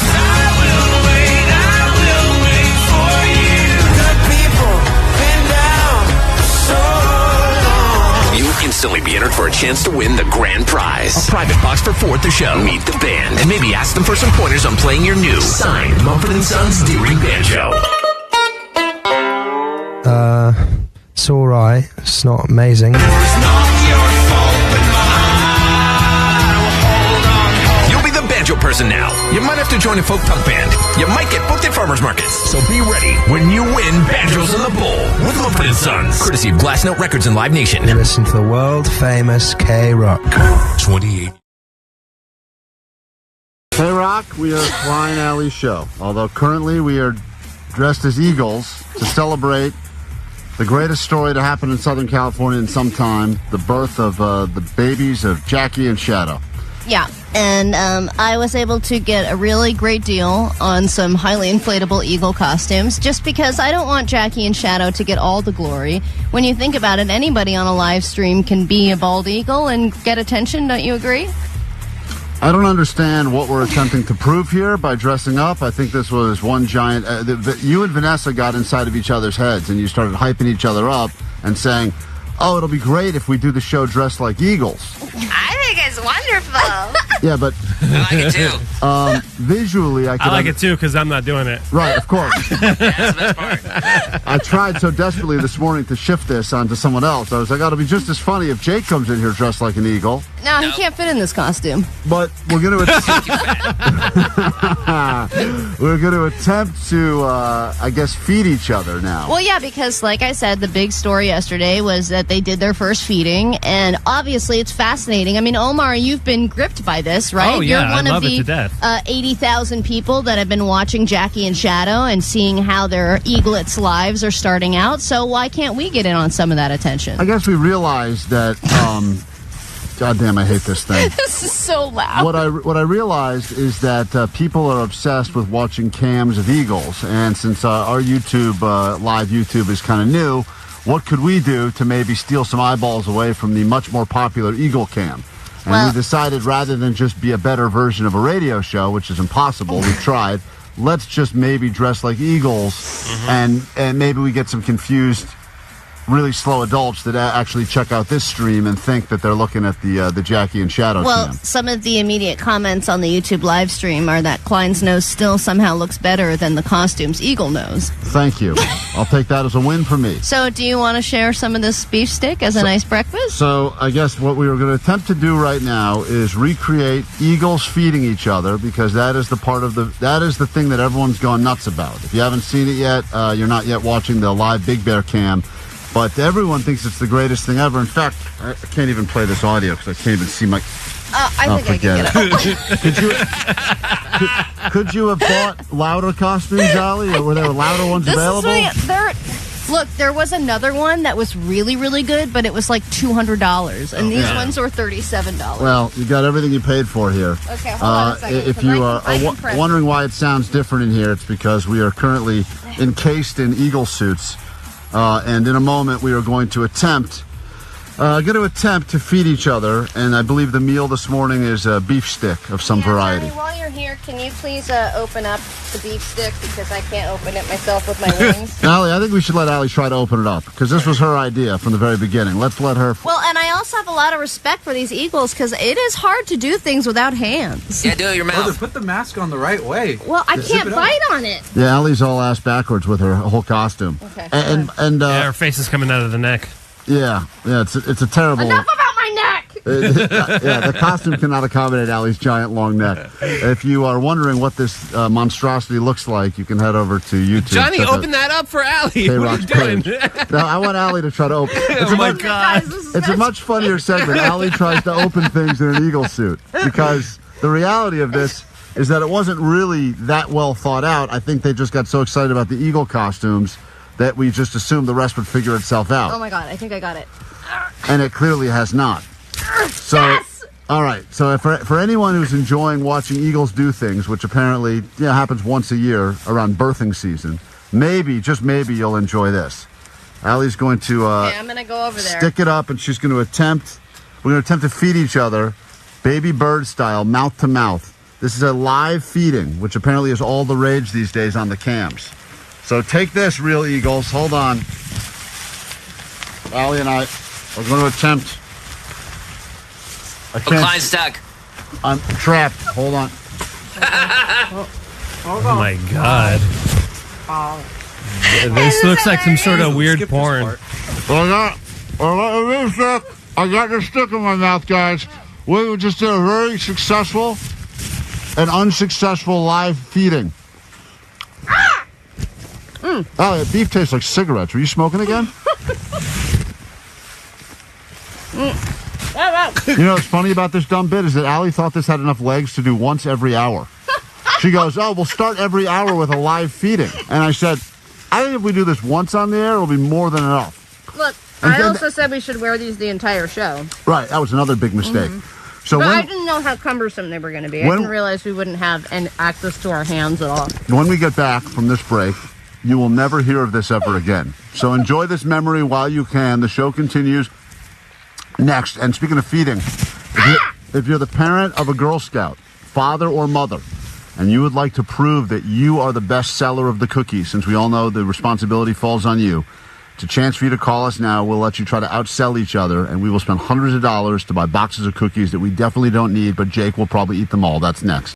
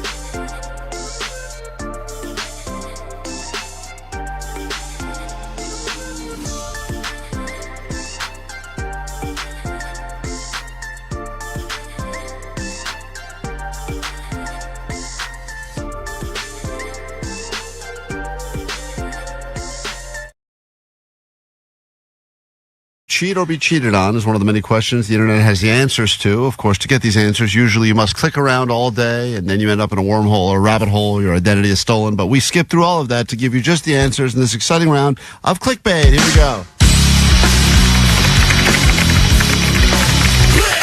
Bait. All right, we'll start with this one, though. Bait. Flight attendants have warned you why you should never trade seats with a stranger on a plane. And they say that there's a reason why you should never swap seats with a stranger on a plane. And you know how it is. You're sitting there, you've got a nice seat, you're feeling good about it.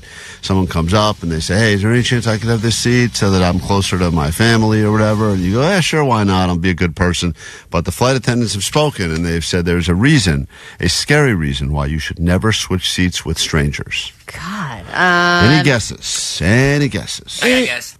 Go ahead, Jake. My guess is so you don't get like charged a bunch of stuff for something like someone buys on a plane because it's based on your seat number, right? Oh, that's scary. So Jake says, do not trade seats so that you could get charged. The person takes your seat, then all of a sudden decides, I'm going to order 75 little nips of Jack Daniels on this flight. I'm going to say the weight distribution screws things up and can make the plane crash. Okay, if you trade seats with a stranger and you're fatter or they're fatter, right, you could throw off the weight. Tips the scale. I don't think they actually are able to do that. I have been on smaller planes. I know that. They're like, you are sitting in one seat. Yeah. That's the only place you can sit. Yeah, they made everyone move to the back of the plane so the thing could even take off, they said. Really? Yeah, it's crazy. Jeez, you must have had a tiny plane.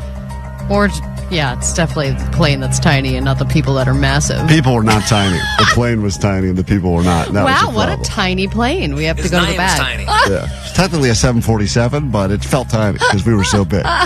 Omar, what is the scary reason flight attendants say you should never trade seats with a stranger? I'm going to speak from experience. Every time I fly, I feel like, because of my name, Omar Khan, I get singled out, and I know that they have a seating manifest, so I'm always thinking that if there's an air marshal on board, they're always keeping an eye out for, the potential problematic passengers, right? I think they maybe mark a little red flag next to the seat number, keep an eye on this guy, and if you switch seats, maybe, there's some sort of altercation can break out, that it wasn't supposed to be on you. The air marshal gets up and shoots you because you're in 7C, and that's Sorry, I thought you were Omar. Oh, yeah, man. exactly. I thought you were Omar Khan. Oh, you're just a family man. Oh, you're just Allie Johnson? Oh, just a typical white lady. Yeah, I shot you. I thought you were a man with a... Let's go ahead and racially profile your name and assume that we should shoot you. Well, one of you's right. Really? It's definitely not Allie, so we can eliminate that one. Apparently, according to flight attendants, uploading debit and credit card information onto the airline's app typically grants the customer in that seat the opportunity to purchase things from that seat. Cool, I want to switch with everyone. So if you do trade seats with a stranger and they have one of those infotainment systems in front where you can order, I don't know, sandwiches, blankets, drinks, whatever, there's technically a good chance that their card is already linked to the reservation and you could be eaten free, or at least eating on that person's tab. So just something to be aware of. All right, that is the first answer to the first question of Clickbait. We move on to this one. Bait. Men reveal... Actually, let's go with this one. This is the age that most people, men and women, are likely to cheat, according to new research. It's not what you think. They like to point that out. This is the new age where you are most likely to cheat. It is not what you think. We'll start with Allie this time. Allie. I think it's going to be older than a lot of people think, because I think once you've had your marriage, it's like, you're 20 years in and you start going, hold on a minute, I need to rethink my life and I need to rethink who I'm having sex with. And I think they happen when people are like 50. Okay, Allie's saying 50. This is the age most people are most likely to cheat, according to research. Not what you think. Jake the Nerd. 37. 37. It's going to give us any reason why 37? I think it's a funny number. All right. That is not a definitely funny not number. a funny number, but it just goes to show you Jake doesn't know funny. So many funny numbers in the world. Everyone thinks 69 is funny, but it's 37. 37 is really funny. From Clerks. Omar, you have a guess? 37. Yeah, I'm just gonna go older for the same kind of rationale that Allie said, but I'm gonna go with 57 because it has a 7 in it. That's funny. Yeah, that's funny. That's funny. 57's funny. hilarious. Well, actually, Omar's kind of right here.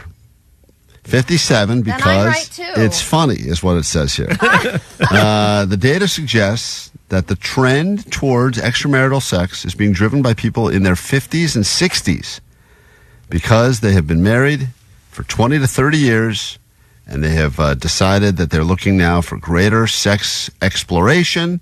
And so the people in their 50s and 60s, just when you think you're going to get cheated on in college, cheating's a young person's game, not necessarily the case. No, and I think now when people are in such open relationships now. Well, that's not cheating, though. If it's an open relationship, it's not technically cheating because you've laid out the ground rules that whatever. Yeah, but I think there's less cheating when people are younger because of that. Because people are just non-monogamous. We're not going to put a label on this thing, so it's just an open thing. Whereas when if you have a traditional old school boring monogamous marriage, then the reality is that there would be cheating. Right. So look out! The 50s and 60-year-olds are on the prowl. And finally, in clickbait. We'll end it with this one. Babe, drinking this up to 2.5 times a day increases your odds of aging well. So, green tea. Allie says green tea twice. One of the most basic bitch things you've ever done is green tea. Green tea. Green tea. I don't know one. Omar, drinking this 2.5 times a day increases the odds of you aging well. I think I saw somewhere that if you drink water with cucumber in it, it's supposed to do something for your skin. I don't know. What about that crap you drink, the apple cider vinegar? Maybe would have been a good guess, but you already blew yours on green tea. So, Jake, got a guess? I'll go green juice. Green juice. Or some kind of juice. They found just go with all juice. Some kind of juice. They found that the caffeine is actually a benefit, and drinking an extra cup of coffee, 800 milligrams a day, was linked to 2% to 5% greater odds of aging healthy. Works out to about 2.5 cups a day is what you want. And I guess, Allie, you could get that caffeine from green tea. I guess you could. So I will give you a half a point on that. And I even got the number right because I said it twice. Yes, that's right. It was right. 2.5 cups. Say it 37 times. That is funny. That would be so funny. That is funny. All right, Internet. Thank you. You haven't stumped us this week. It's Klein Alley Show. We are on KROQ. If you need us, 800-520-1067.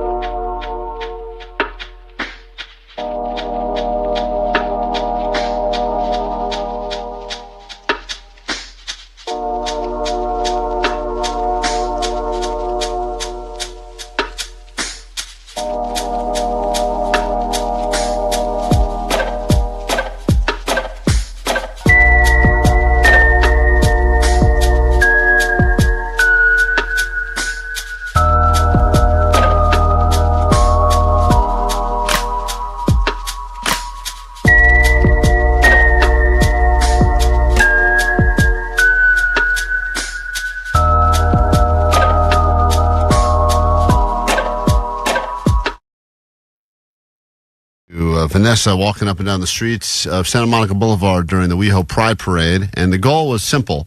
Play a little game called Gay or Nay, where you go up to people, ask them questions, and then we try to figure out if they're there as a member of the LGBTQ plus community, or if they're just an ally, or just a straight guy looking at some of the hot women that are dancing around in rainbow bikinis. And we didn't realize that it would result in such aggression, and she blames the alcohol. She doesn't remember a lot of it, she says. Omar's got a few of the clips pulled already, just to kind of give you a sense of what it was like yesterday. But we listened to it in its entirety, and it was a lot of her screaming at... Yeah, I mean, and there are so many more that we didn't play yet. Yeah, and I could play you, a brand new one now. I hate to say this, 'cause I think Vanessa's going to get upset, but there have been quite a few complaints on the GOAT line about what people heard that happened in West Hollywood. I wish we were all there because I was pretty happy. We were having a good time. I'm only screaming because it was really loud. Yes, and I'm going to play. This is one of the ones that we did not play yesterday, but this was her at Pride, and we heard, obviously, we changed the name of the segment to Vanessa Confuses Gay People because a lot of them couldn't even understand the words she was saying in these questions. But this was just another person that she had chatted with yesterday. Here, let me give you this one. I don't think we heard this one yet, Allie. This was live from the streets of West Hollywood, California. Hello, handsome guy. What is your name? My name is Luis Lord. Okay, Luis. What is the word for Broadway plays called? What is it? What? A word for Broadway? What is the word for Broadway plays called? Tony? Okay, Tony. I need to change how I speak. Yeah, I think it's great. And this guy seemed like such a nice guy. And, she's every time they answer, she sounds like she's mocking their answers. What's the main... Ow! Hold on. Oh, shit. Oh, can't say that word. Hold on, Vanessa. No. Hold on. I got. There's a lot of swearing. I got rid of most of the swearing, to be honest, that she said yesterday. But every once in a while, she sneaks one through because she was at a whole different level of intoxication walking through the streets of West Hollywood. So I cannot promise you that this is completely clean, but that's Vanessa raw and unfiltered. She's raw dogging it. She is truly raw dogging it. So sorry, everyone. What's the main ingredient for kimchi? That question, once again, was supposed to be, what is the main ingredient in a quiche? But I just want to say quiche and kimchi, I feel like that's the spelling for that word. No, they are spelled so differently. Totally different. Ingredient for kimchi. There's no N. What's the main ingredient called? I have no idea. Okay. And by the way, then get out of here, loser. She gets so mad so quickly with these people. Who are the Knicks playing? Now that question, just translate it, because this was during as the Knicks were wrapping up their series with the Pacers, and she was trying to ask who are the Knicks playing, and this is how that sounded. Who are the Knicks playing right?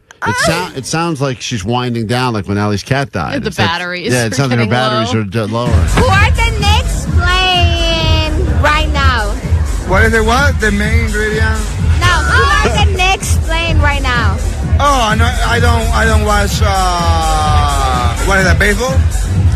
No, basketball. Basketball. Okay. What's the last movie you saw in theaters? What is the last movie I saw in theaters? Oh.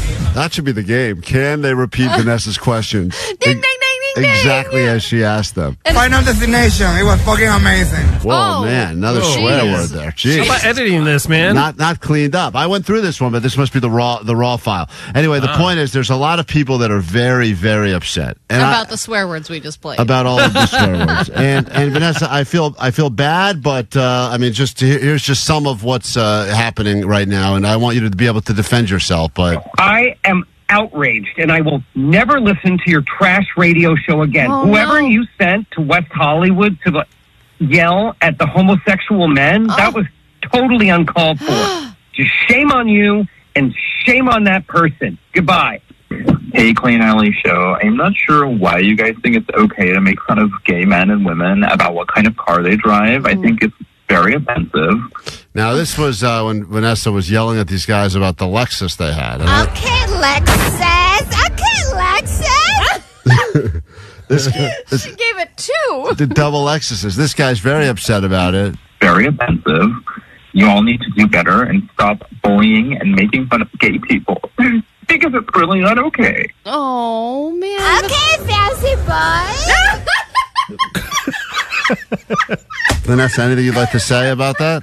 If they only saw me there, we were all very happy. It was a loving fest. So nothing here was. I know I sound aggressive, but it's because you can't understand me. I have to yell so they can hear me. Okay. So these complaints. I'm not a hater of the gay community. I love it.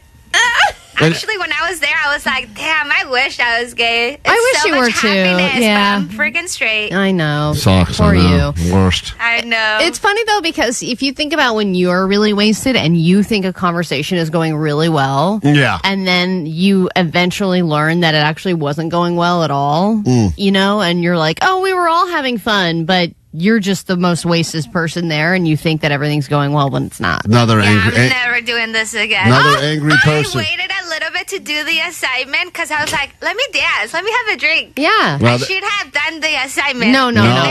You should have done it exactly the way you Yeah, did don't it. listen to these people. What the hell is that angry homophobic child doing? She's making fun of the Asian community for kimchi. Oh. She has some nerve. Cancel Vanessa. Cancel her Okay. now. All right. I will stop listening until she is fired. Oh, Going to your managers. Okay, all right, well. no. That's another meeting. Anything you'd like? Gay.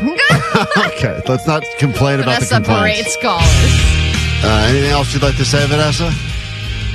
I'm not drinking anymore. No, that's not the goal here. Good for you. Good for you. Good for you. All right, that's Vanessa arguing with drunk Vanessa. Well, there we have it. Can't keep everyone happy. I thought you did a great job. You did. KROQ, Klein Alley Show.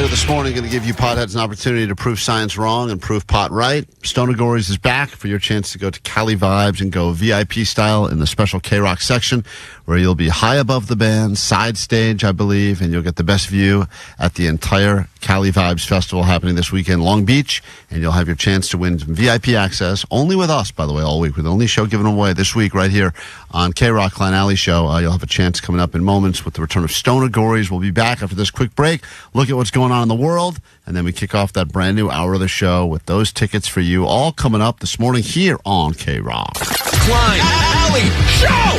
Mornings on KROQ! 106.7 KROQ. Did you hear about that free grub?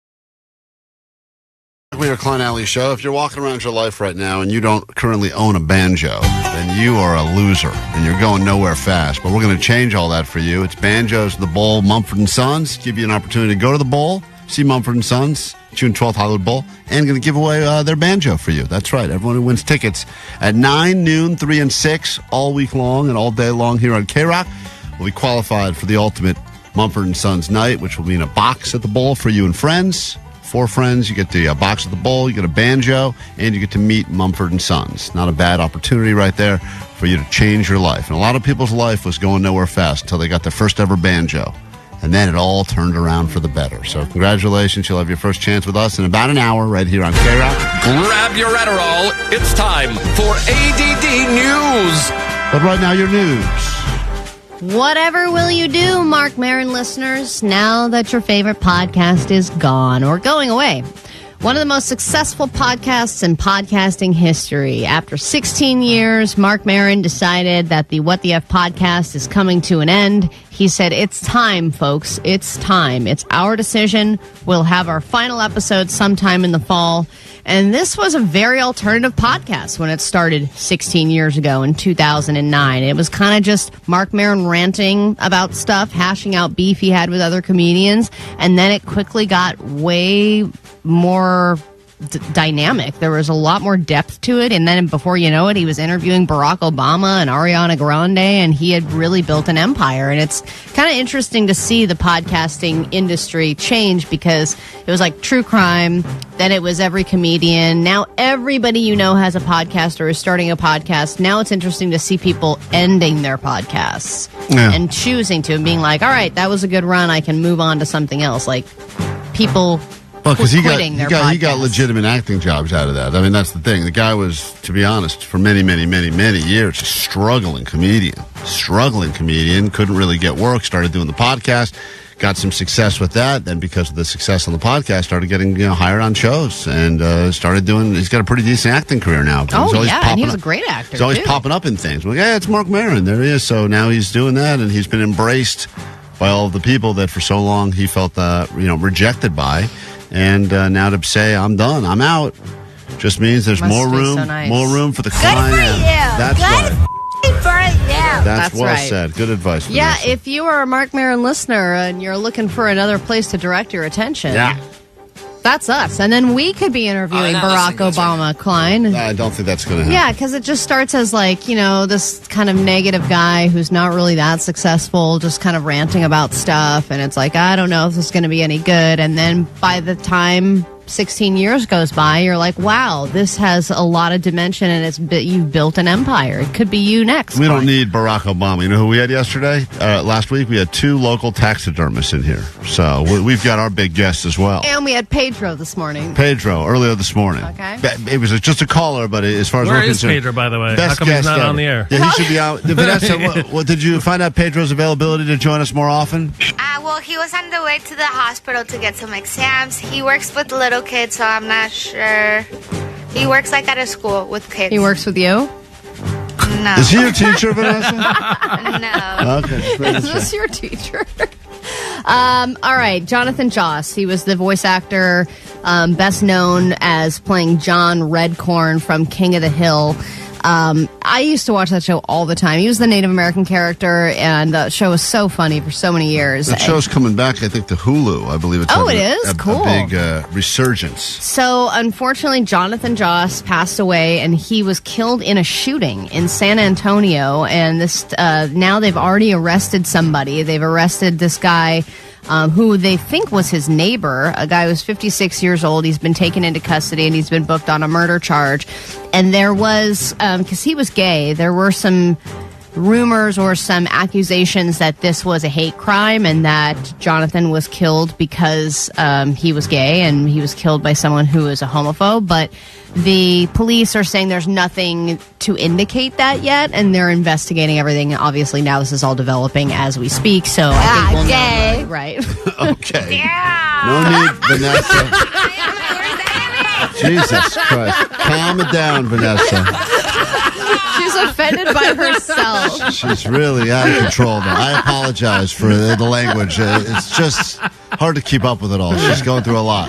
All right, summer's here, and it's not just a good feeling for the students. It's great for the teachers, too. They deserve to celebrate. I guess the advice would be just don't celebrate too hard.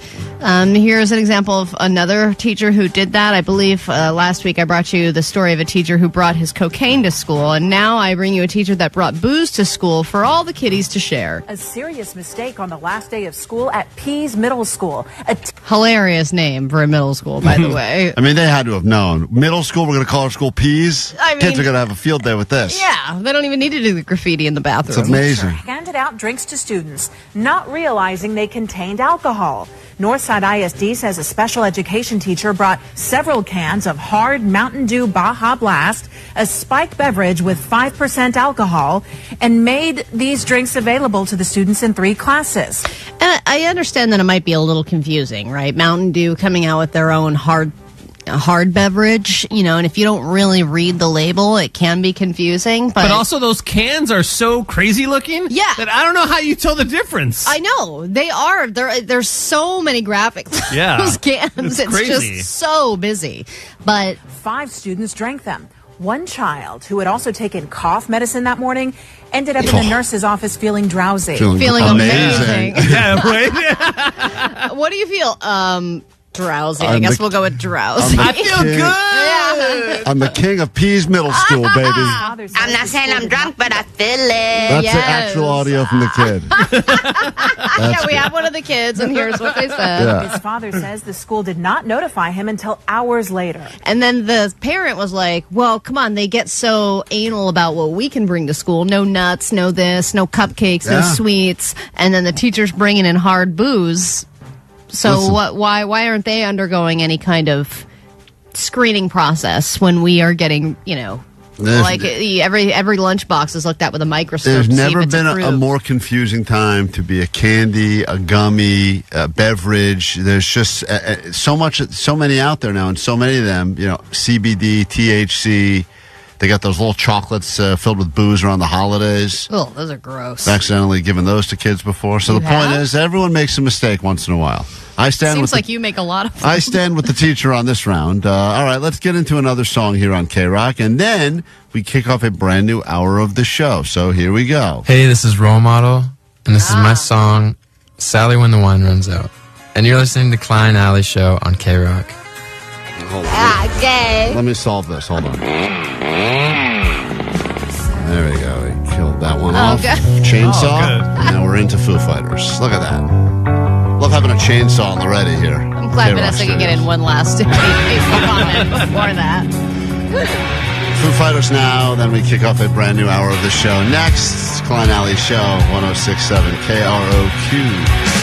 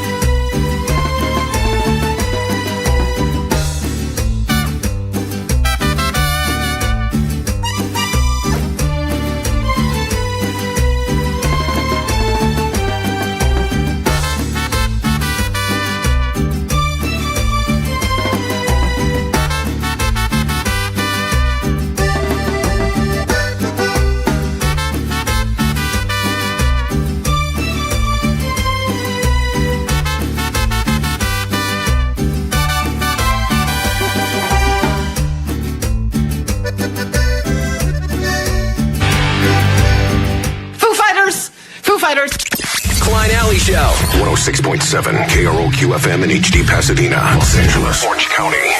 This is the world famous KROQ. Good morning. Welcome to your Tuesday. We are Klein Alley Show on KROQ. Lots going on this hour as we get you into the VIP viewing area this weekend, Long Beach for Cali Vibes. What a lineup. Looking over some of these artists that will be there. I'll show this for people that are streaming us on YouTube right now. Cali Vibes, look at that.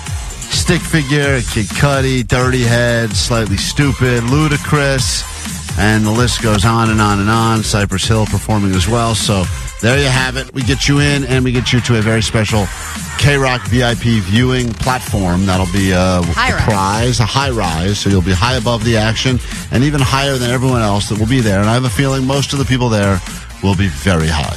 If you'd like to join us, hopefully you get on the phone now for some Stonergories. We got that coming up this hour very soon, as a matter of fact. Proving science wrong and proving potheads right. And all you got to do is give us more than one thing that falls under a category that starts with a letter, just like the game Scattergories.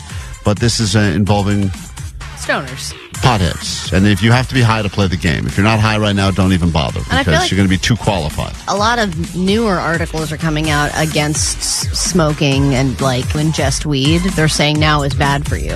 And I'm like, but what about vaping?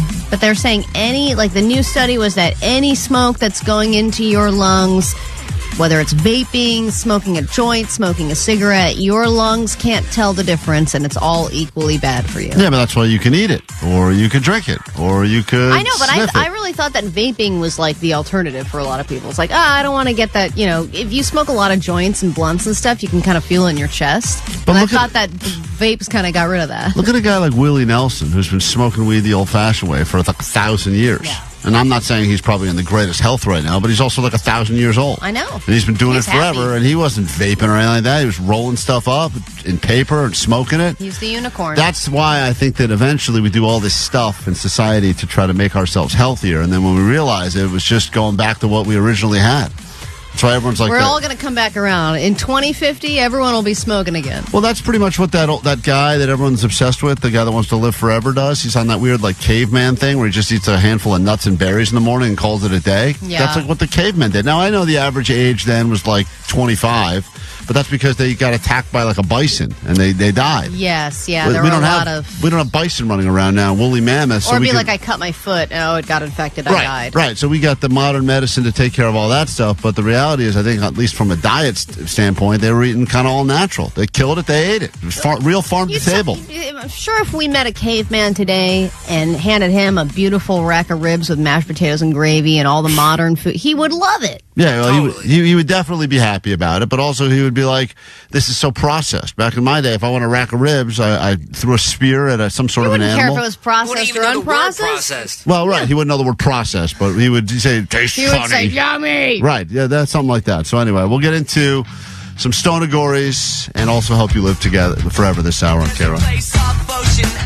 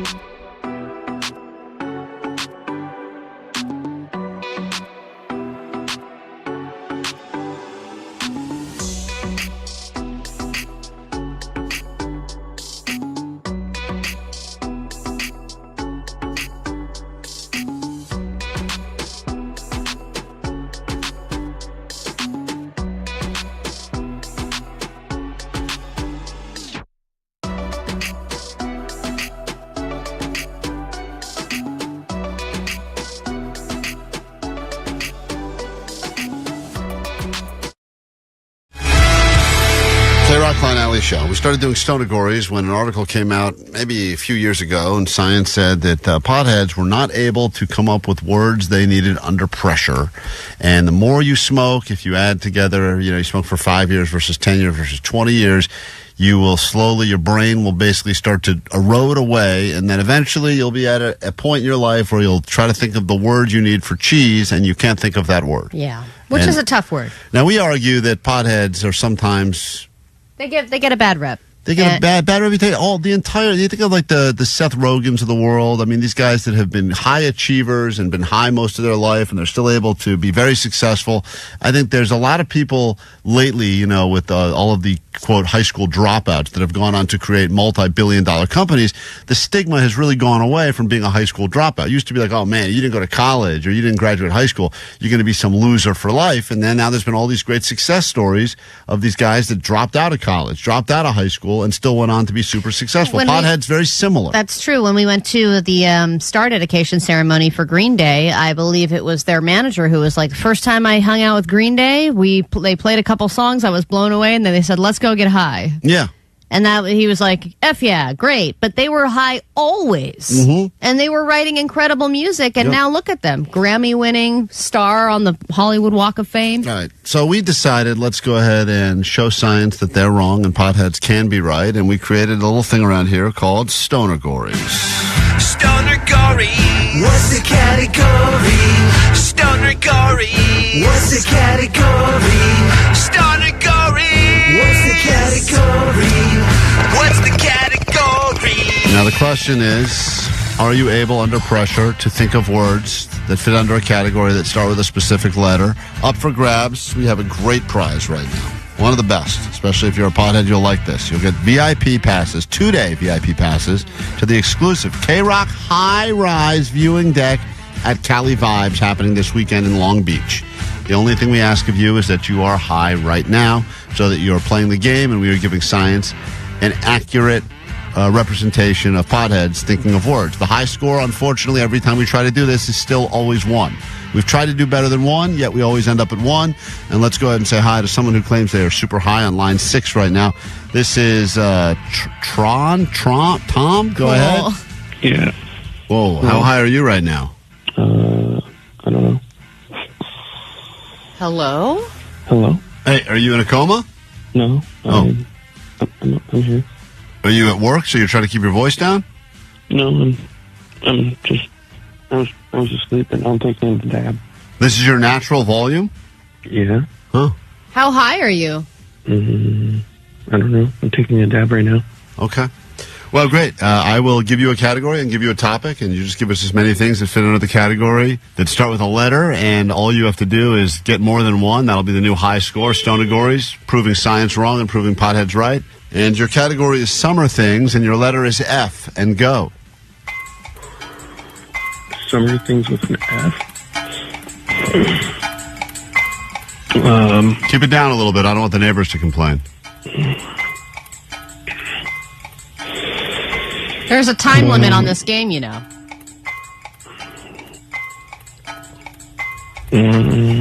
How about fun? Are you just describing this call, or? No, like summertime fun, like you have fun in the summer. Fun? Do stuff that's all right, fun. I'll accept fun, and your time is ticking, and it's almost up. That's a bummer. Also, time is up, but time is up, time is up. Hey, Aaron, how do you think you did? Probably good. Okay. All right, he is delusional. That's Aaron. He's the first one out of the gate in this exciting edition of Stonergories. Susie, are you high right now? I am definitely high right now. And what did you I've been smoke? smoking I had a blunt and then I had 2 edibles. Wow. Do you have to do anything today? Oh, no, today's my off day for sure. Was it always your off day, or you've just decided after the blunt that today's my off day? I mean, I think that after that blunt, I kind of was like, yeah, no, today I'm not doing nothing. Give you a category, give you a letter. Let's see if you can break the all-time high score of over 1. It's Stonergories, proving science wrong and proving potheads right. And your letter is T, and your category is things you wear. Go.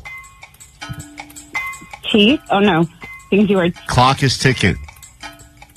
Okay. Come on, you can do this. Turbans. Okay. Yeah, that's all I got. That's all you got? Of all of this clothing that starts with T, all you got is turban? Yeah, that's all this All right. now. Let me go back to the workshop. Nope, nothing there. Would have accepted T-shirt. T-shirt, yes. Yes. All right, hold on. Yes, I am wearing a T-shirt. Klein Alley Show. Mornings on KROQ. Guacamole not included. Yes. This is Marcus from Mumford & Sons. It's Banjos in the Bowl with Mumford & Sons. Listen to KROQ at 9, noon, 3, and 6 to pluck yourself some tickets to Mumford & Sons at the Hollywood Bowl June 12th. I will wait for you. The people been down so long. You'll instantly be entered for a chance to win the grand prize. A private box for 4 at the show. Meet the band and maybe ask them for some pointers on playing your new signed Mumford & Sons D-Ring Banjo. It's alright. It's not amazing. You'll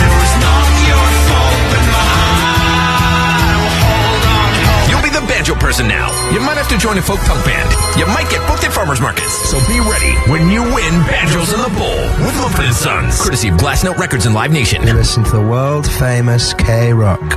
It's Macy's friend. 23andMe, maybe you've heard the big story. They've officially filed for bankruptcy after apparently having some data breaches. And if you've ever spit into a tube or swabbed the inside of your mouth and sent it to see what your DNA was, you perhaps now have your information available for sale for the highest bidder. And I know what you're thinking. Well, what are they going to do with it? They're going to learn a little bit about you. But now they can trace you to every single person that you've had any sort of relationship with. And for a while, it was all fun and games. What do I get my dad for Father's Day? I don't have a gift. He doesn't fish. Oh, I'll just get him a 23andMe test, and he can figure out that he's, part German and part Bulgarian or whatever, and then he's going to have a great party. And that was the way they sold it at the beginning is, oh, you learn about your heritage. And then all of a sudden you get to embrace a whole side of you didn't even realize you had. Well, yeah, and sometimes it brings old family members back together again, and sometimes it solves murders because that's how they solved the Golden State Killer case. Yeah, then that was the kind of the trend of the 23andMe is that people started learning. It was originally going to be all fun, like, oh, I'm Italian, great, let's all come over and have meatballs and celebrate. I am Italian. And then it became 48%. Murders were being solved, weird missing person cases were being solved, and then also people were learning some bad things like, hey, my long lost brother is a murderer, or even worse, this person that I was dating that I thought that it turns out our parents or our grandparents were related, which means that we are indirectly or kind of directly related, and so I'm in an incestuous relationship. Yeah, or my family history is like, oh, back in the day we were all slave owners on a plantation, and you're like, oh my God, I don't want to think about that part of my family history. You want to learn good things. You don't want to find out about bad things. Exactly. And that's the gamble that was the 23andMe. So I want to hear the stories, the things you learned about that you were not expecting to find out. 800-520-1067. What was the biggest 23andMe mystery? That it all started by you just swabbing your mouth and sending it in the mail. We'll give away some tickets right now to see Ricky Gervais, the Hollywood Bowl on May 31st for you sharing your stories with us. And go ahead, Taylor, we'll start with you. Sweet divots. Sweet divots to you. What did you learn about on 23andMe? So originally my mom told me my dad died. So I went to do the ancestry to know who I am and my nationality. And my dad popped up on my ancestry. Wait, how did she say your dad died? Well, growing up, I already had a stepdad. And so I asked her when I was 23, who's my dad? And she's like, oh, he committed suicide when you were young. Whoa. And so I just went with that. And then when I did ancestry, I actually got matched with a whole family with a whole last name that I never even heard of. Reached out to my mom, and I was like, who the heck are these people? And they're like, oh, sorry, Taylor, I got the wrong guy. So did you ever reach out to the new dad? Yes. I reached out to new dad. He has 2 daughters. He lives in Vegas. I'm in Anaheim, so we're not that far apart. So it's been awesome. He's alive. She wasn't trying to make you believe that your dad died. She thought it was a different guy that was your dad. Turns out she was wrong. It was a different guy who got her pregnant. Yeah, so she was seeing basically two guys when she was younger. Huh. Didn't think the other guy was my dad, but that's not how it works with, like, genetics, because I look like the guy who passed away. So how do you know that maybe there weren't more than 2 guys? There could have been. She didn't tell me about this guy who was my dad. I know, so there could be more. That's good, Allie. Let's put more thoughts in this poor girl's I have head. siblings now. I got cousins now. It's awesome. And they're all in Vegas, so you got Vegas hookups, which is the best. Yeah, love it. I see them like twice a year now. It's been awesome. Adrian, what is the mystery that you learned about by doing the 23andMe test? What's up? Well, it's not a 23andMe. Good morning. Good morning. It's not a 23andMe, but what happened, I have a old co-worker, and he and his 2 siblings went and got tested to see if they were a donor match for a kidney transplant for their older sister. Long story short, they found out that they all had different dads. That seems to be the biggest story, huh? Yeah, I thought my dad was my dad. Right. It's always the dads for some reason. That's the problem. I mean, Omar, is living proof because not only did his actual biological dad desert him when he was only 2 years old, but then his new dad had a whole secret family. Right. So it seems like dads are great at keeping secrets. Now it seems like a horrible Father's Day present.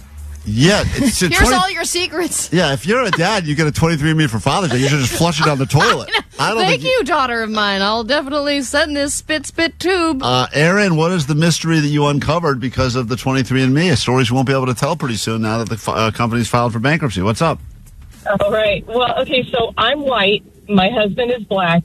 And through 23andMe, we discovered that we actually have a cousin in common. So does that make you second cousins? No, we're not related to each other, but it turns out that this cousin of his, that we always knew was his cousin, was mixed, and she never knew her father, and so she went and did all the 23andMe and Ancestry and stuff, and found her dad. And then a few years later, my husband's son and I all did 23andMe because we thought it would be fun. And so this cousin, like when we were looking at relatives in common between my son and this cousin of my husband, several of my relatives came up, and we realized that she was actually half Ashkenazi Jew. Like, I'm related to her through her father, and he's related to her through her mother. So would you rather not have known any of this? Of course. You don't want to find out the guy you're married to. You guys have a cousin in common, because even though technically she's made the argument we're not related, it's close enough. It was pretty wild, and having sex with cousins is wild. Allie knows. Allie slept with her cousin, and also I didn't need 23andMe to sanction that. I don't know if you're watching White Lotus these days, but incest is all the rage. It's trending in a big way. So you're a trendsetter, Aaron. Congratulations. It's trending in a big way. Incest is back, baby. 2025 is the year of incest, everybody. Get it! All right, pull that clip. Renee, go ahead. You're on KROQ. What's up? Hi, guys. I did the 23andMe because I was adopted. My husband gave it to me. It turns out that I have a half-sister that is 2 months and 1 week younger than me, and a half-brother who's a mayor in BC, a half-brother that committed suicide. But the kicker is, when my biological dad got my mother pregnant, he dumped her, and then she called Homeland Security or whatever it was back then. He ended up marrying a 14-year-old, and that's how my younger sister is to be. He got deported back to Canada, but she's back in the United States now. Whoa. Yeah. That is Child Jerry. bride. Jerry. These stories are so wild. bride stuff. If you think about this, once again, the idea, if you remember the original commercials, it was all just like, it was like a guy who took the test and then he realized he was French and he went out and bought a beret and he ate a baguette and he's like, hey, I can finally live my true life. I know, those commercials are not accurate. Yeah, you're not seeing the commercial it should have been, which is this woman discovers she's got a 14-year-old mother or something, whatever that story was. Yes, my father was someone I Christ. didn't know and got a 14-year-old girl pregnant. Oh, man. Allie, every single line here, it's like all... I wonder if anyone learned a good thing. I mean, I guess that first woman we talked to that found out she had relatives in Vegas and her dad's not actually dead, that's, I guess, a good story. I think the best thing that can come out from it is like, my great-great-grandfather was on the Mayflower. Yeah, I mean, maybe. Stuff like that, like they were a part of history. Yeah, unfortunately, we're not getting a lot of... Luna, maybe this is a good story. Luna, do you have a good story you learned from 23andMe? Yeah, well, we learned about it through my cousin, and he got in touch with a half-sibling. He told his who was about my brother's age. My brother's like 35, and at that time, she was maybe like 27. So ended up happening. He told his dad. Dad's like, "Oh well, you can't like tell anybody because it's going to like ruin the family." My cousin ended up telling my brother. My brother ended up doing a 23andMe test. Everything exploded to he was cheating throughout his entire marriage for 36 years. Oh my God, 36 years of infidelity. You got to respect that. Did you Ellen. say this was a happy ending? No, I think she's back. We finally found a happy ending. This is from Stephanie. Yes, you have a happy ending? No, not really. I don't think so. So my dad is German, and I've always asked him about his side of the family, and he's just always like been sketchy about it. So one day I was about to do it, and he was just like, "Wait, just stop!" Like he's like, and I was like, "Why does?"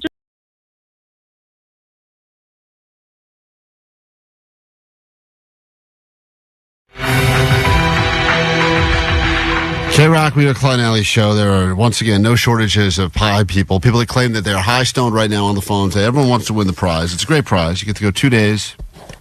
VIP passes, exclusive KROQ high-rise viewing deck at Cali Vibes happening in Long Beach this weekend. Unfortunately, so far the high score, last I checked, is still 1. Yeah. But, you know, I'm always amazed every time we do this at how many people are truly, truly high at, 8:25 in the morning. Right. It's remarkable, yet at the same time not remarkable at all. We will try one final round. If we can't get you on the air, don't worry. We'll do this again, I'm sure, in the near future. We always seem to have a prize that potheads want, and this particular one's pretty decent. It's time for round 2 now of Stonergories. Stonergories. What's the category? Stonergories. What's the category? Stonergories. What's the category? What's the category? High score remains 1. Anyone gets to 2, we got to give you the tickets. Go ahead. You are now on KROQ. I assume you're high. Who's this? Hey, morning, Melissa. Melissa, how high are you right now? Pretty stony, feeling good. All right. What did you smoke so far today? Yeah. That's Great. 100% sure. Great. I'm going to go with that is high enough to play the game. We give you a category, give you a letter. All the things that fit under the category start with the letter. Let's see if we can beat the high score of 1. Your category is body parts. Your letter is B, and go. Whenever you're ready, we will accept your answers. Okay, a butt. Butt, I will give you credit for butt. Okay, great. Phew, I'm done. Is that it? Are you tapped out on butt? That's it? I think so. Time is ticking. You have 10 more seconds to give us another body part that starts with B. A beard. Beard is not a body part. Time is up. A boner. Butt and boner. That's a pretty good round of Stonergories to me. I tried. Eric. Hey, what's up, Klein? How we doing? Good morning. Doing fine. You're on Stonergories, a chance to try to prove science wrong. Right, Unfortunately, how we doing? Sweet dibs. Sweet dibs. How much did you smoke so far today? You know what? I shredded to a blinker, but it's the really good indica. I love it. All right. Try it. Well, you've heard the game. No one has been successful at getting more than one right. So here we go. Your letter is R, and your category is things you drink, and go. I've got to say rum. Keep going. Let's go. You're on the clock, Eric. You can do this. All right, that's a good letter. R. Rum. We got rum. Go ahead. You got a point. Clock is ticking. You've got rum. You've said it multiple times. Category rum. Once again, you're still saying rum. Time. Time's up. RC Cola. Time's up. Oh, man. I remember RC Cola. Wish you had gotten that in before the clock ran out. We could have accepted it. Also would have accepted root beer as well. The last category. You should have said rum. I did. I know, right? Unless again. Haley, you're the last hope we have for this game. Are you ready to try to prove science wrong? I'm so ready, you guys. Let's go. Oh, boy. How high are you? Pretty high. I hit the pen all morning, and I had some mushrooms last night. Oh, cool. Wonderful. Well, you're really going to show science a thing or two. All right, we'll give you the category. give you the word, and hopefully give you the category, give you the letter. Hopefully you can go ahead and let us all leave here proud. Have you been doing well on hold listening to everyone else play? I've been hitting my pen a lot, so I hope I'll do even better than they did. It will make you smarter. All right. Get ready. Your category is sexy things, and your letter is H. Go. Handcuffs. We got one out of the gate early. Nice. Come on. Let's go ahead. Science versus potheads. Here we go. Are hand ties the same thing as handcuffs? They're pretty similar. much. I would argue they're exactly the same. Yes. Can I Google it? No, you cannot Google it, but thank you for asking. That is nice. Most people just Google. Most people would have just done it and cheated. Yeah. Let's go. Clock's ticking. You have a few more seconds left. It's sexy things that start with letter H. How about Haley for me? Well, we don't know what you look like, but I guess I'll take your word on that one. Do you have an extra one just in case? Time is up. It was a bit of a stretch. All right, well, Allie, I hate to say this now, but after all of these contestants have battled it out, I still believe it's a 1-1-1-1-1 tie. Boom, I'm just hearing ones. We are number one! Number one, baby! Yeah! Vanessa, that means you're just going to have to pick one of those fine contestants at random and give them some sweet tickets from KROQ.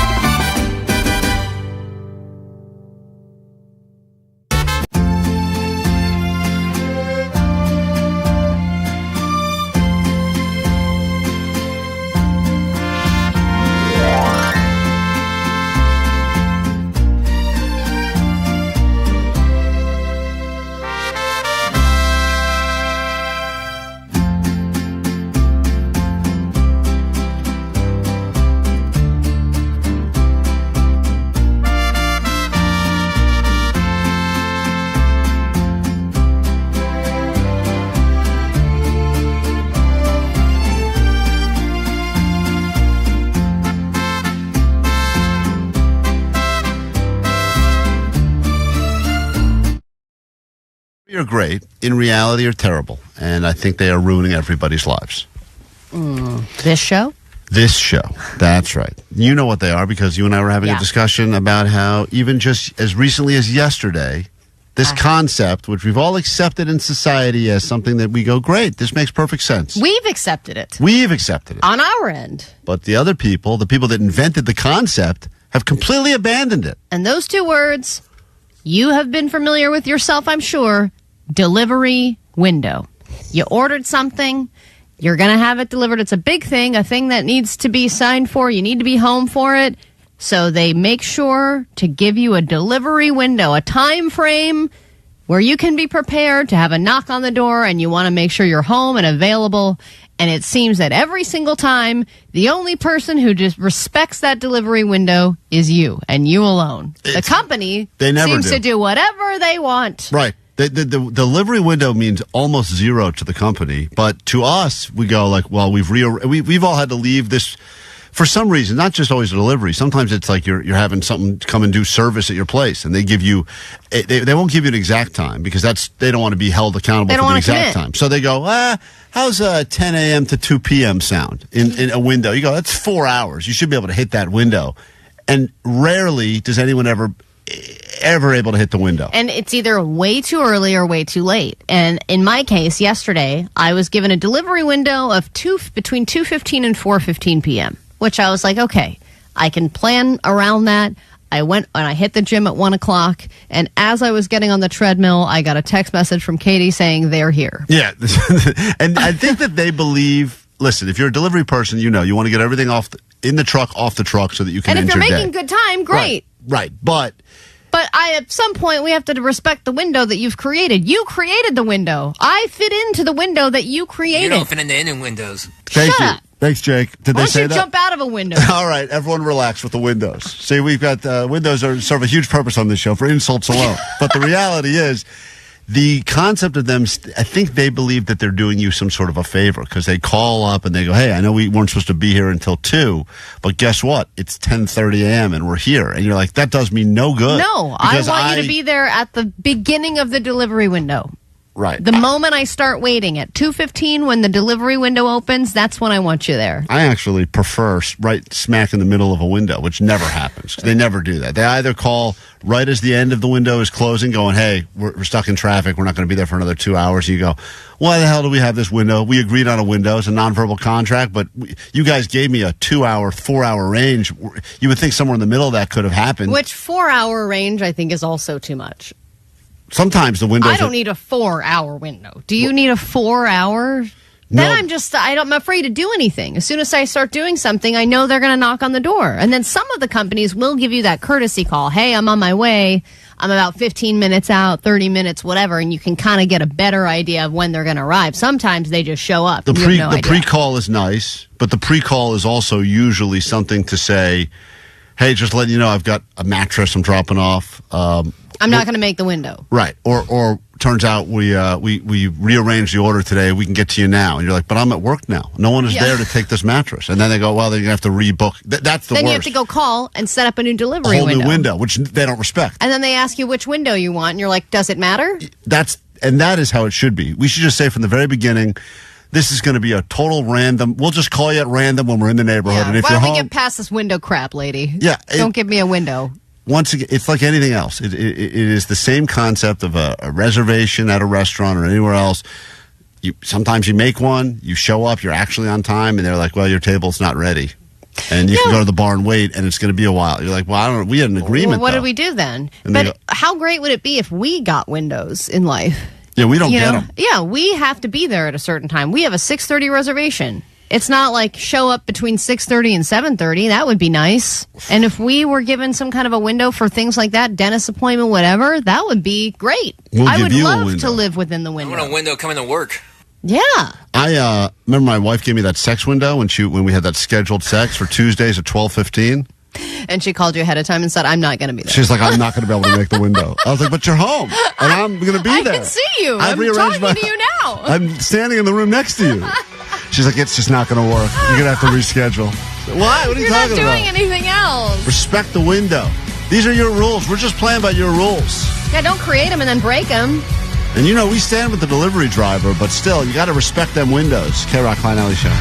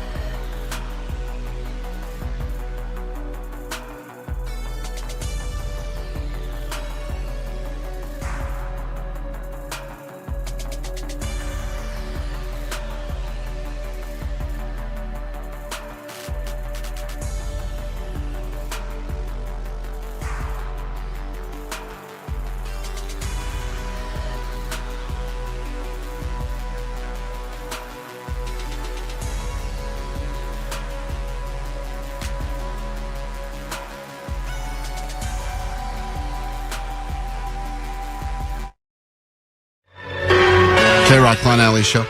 I don't even know when the first official day of summer is, but for all intents and purposes, we're in the month of June. People got that summer vibe. Schools are running out of days, or they're already tapped out. Omar's kids are already experiencing the joys of summer vacation. I think my kids have like a week left, and LAUSD's on summer break. So people are feeling summer already, and we've got a summer bucket list on the show. 8 things we're going to try to accomplish between now and Labor Day. So far, just checking in. Anyone at 1 yet, or are we all at 0 still? I'm at 1. I did some home improvement projects over the weekend. Yeah, but that's not fair because you... What do you mean it's not fair? You Totally had already fair. planned to do a home improvement project, and you are the one who put that on the list. Okay, so I put a lot of things on the list. But there are things that were on your to-do list. We should just call it Omar's to-do list instead of the summer That's a bucket great list. idea. I bet I would get so much done. Yeah. For sure. Yeah, every time I'm Omar planning a road drives... trip, so I'm going to check that one off now. I mean, every time Omar drives to work from Rancho Cucamonga, it's a 6-hour drive. That's a road trip. That's He's true. accomplishing all those. You know what? I think we should add sexting to our bucket list. Sexting who? Sex. Some kind of a sex thing. We don't have we have skinny dipping on the bucket list. That's not sex. That's just naked. What you want to add a sexual thing on Well, the you know bucket how list? all these OnlyFans models are like, I want to have 5,000 men in one summer. Good, Allie. Add that to your list. No. Great. 5,000 men. You heard Allie. I don't want. Good luck. You better get cracking. I don't want Summer's- even one man in the Time's summer. ticking. You better go. But if I like having sex outside in a public place, that's a good summer bucket list. Whether it's beach sex or park sex, camping, whatever. Those are always terrible. In theory, those are like, ooh, it's fun and risky. But the reality of everyone who's ever done beach sex or park sex, they're always terrible. Yeah, but it's exciting because it's something you don't do very often. That's what the bucket list is about, right? I'm with Allison on this one. Thanks, Johnny. So it's never good when that's the one guy backing you up. So you want to add that sex in public to the list? Sure. By the way, this guy claims he's already, what's today, June 3rd? This guy's already completed the bucket list. Good news, guys. It's June 3rd, and I already accomplished the summer bucket list. I traveled to Costa Rica and drove the whole country. I did something new. I went bungee jumping. I read a book. I read Phil Jackson's book.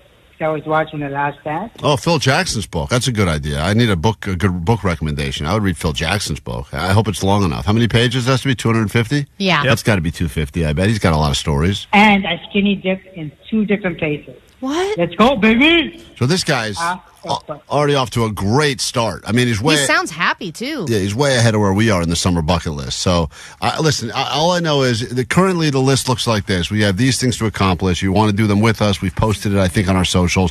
You got to go on a road trip at least 6 hours. You got to read a book, no listening, 250 pages plus. Do something you've never done before. Have to go skinny dipping. Visit a landmark DIY home improvement project, drunk before noon.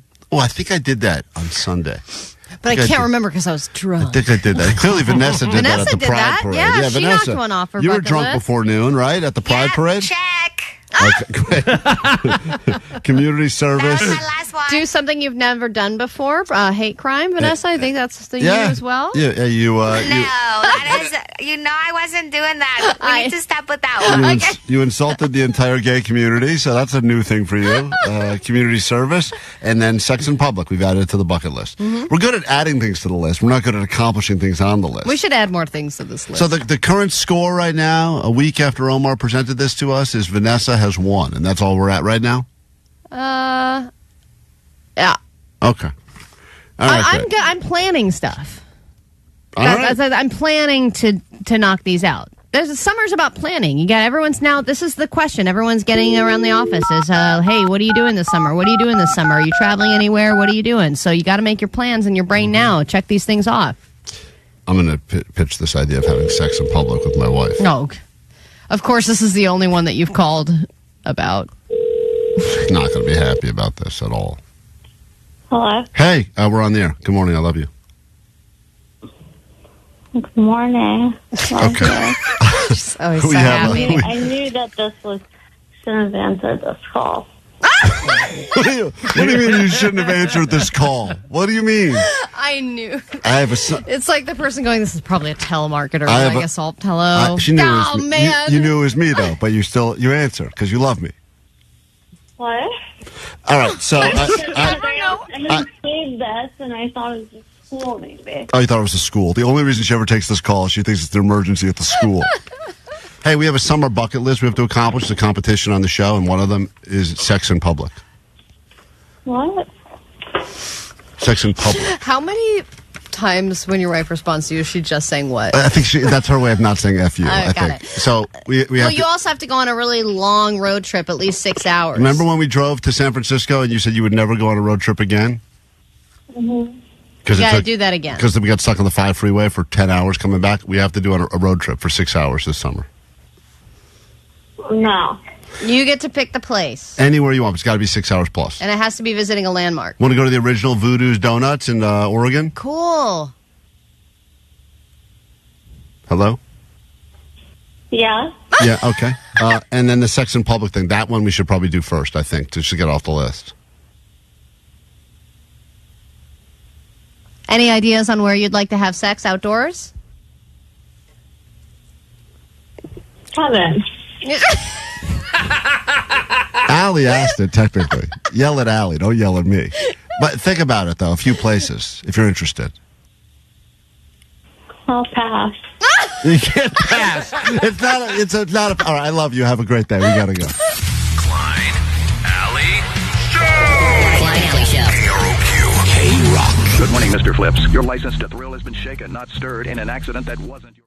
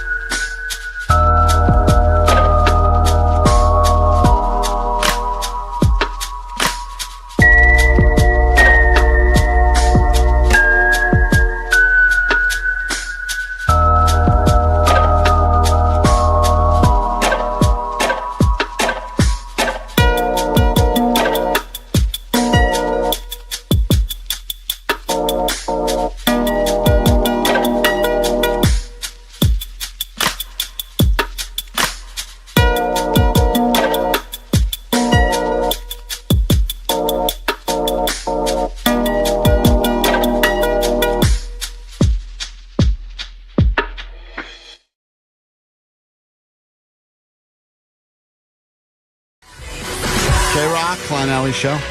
Coming up in less than an hour. Chance for you to hop on that standby boarding list and go see Justice, not once but twice. Also going to get you to Vegas for When We Were Young, a new date added. But right now, all will be revealed. It's time for your Lie Day Friday. You sit on a throne of lies. Why is it lie after lie after lie? The only thing I know for sure is you're a goddamn liar. It's a lie. You're a parasite of lies, and I am your worst enemy. Friday, Friday, Lie Day Friday. Imagine just for a moment you get to strap a coworker or a friend to a lie detector machine, and they will be forced to answer every question you've ever had about your relationship or things they've said, and they will be forced to answer.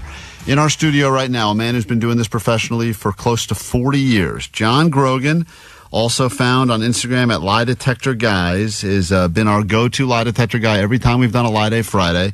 This man knows liars. He doesn't even need his machinery because he can literally see if they're lying, but you use it anyway just so that we have how much accuracy, John?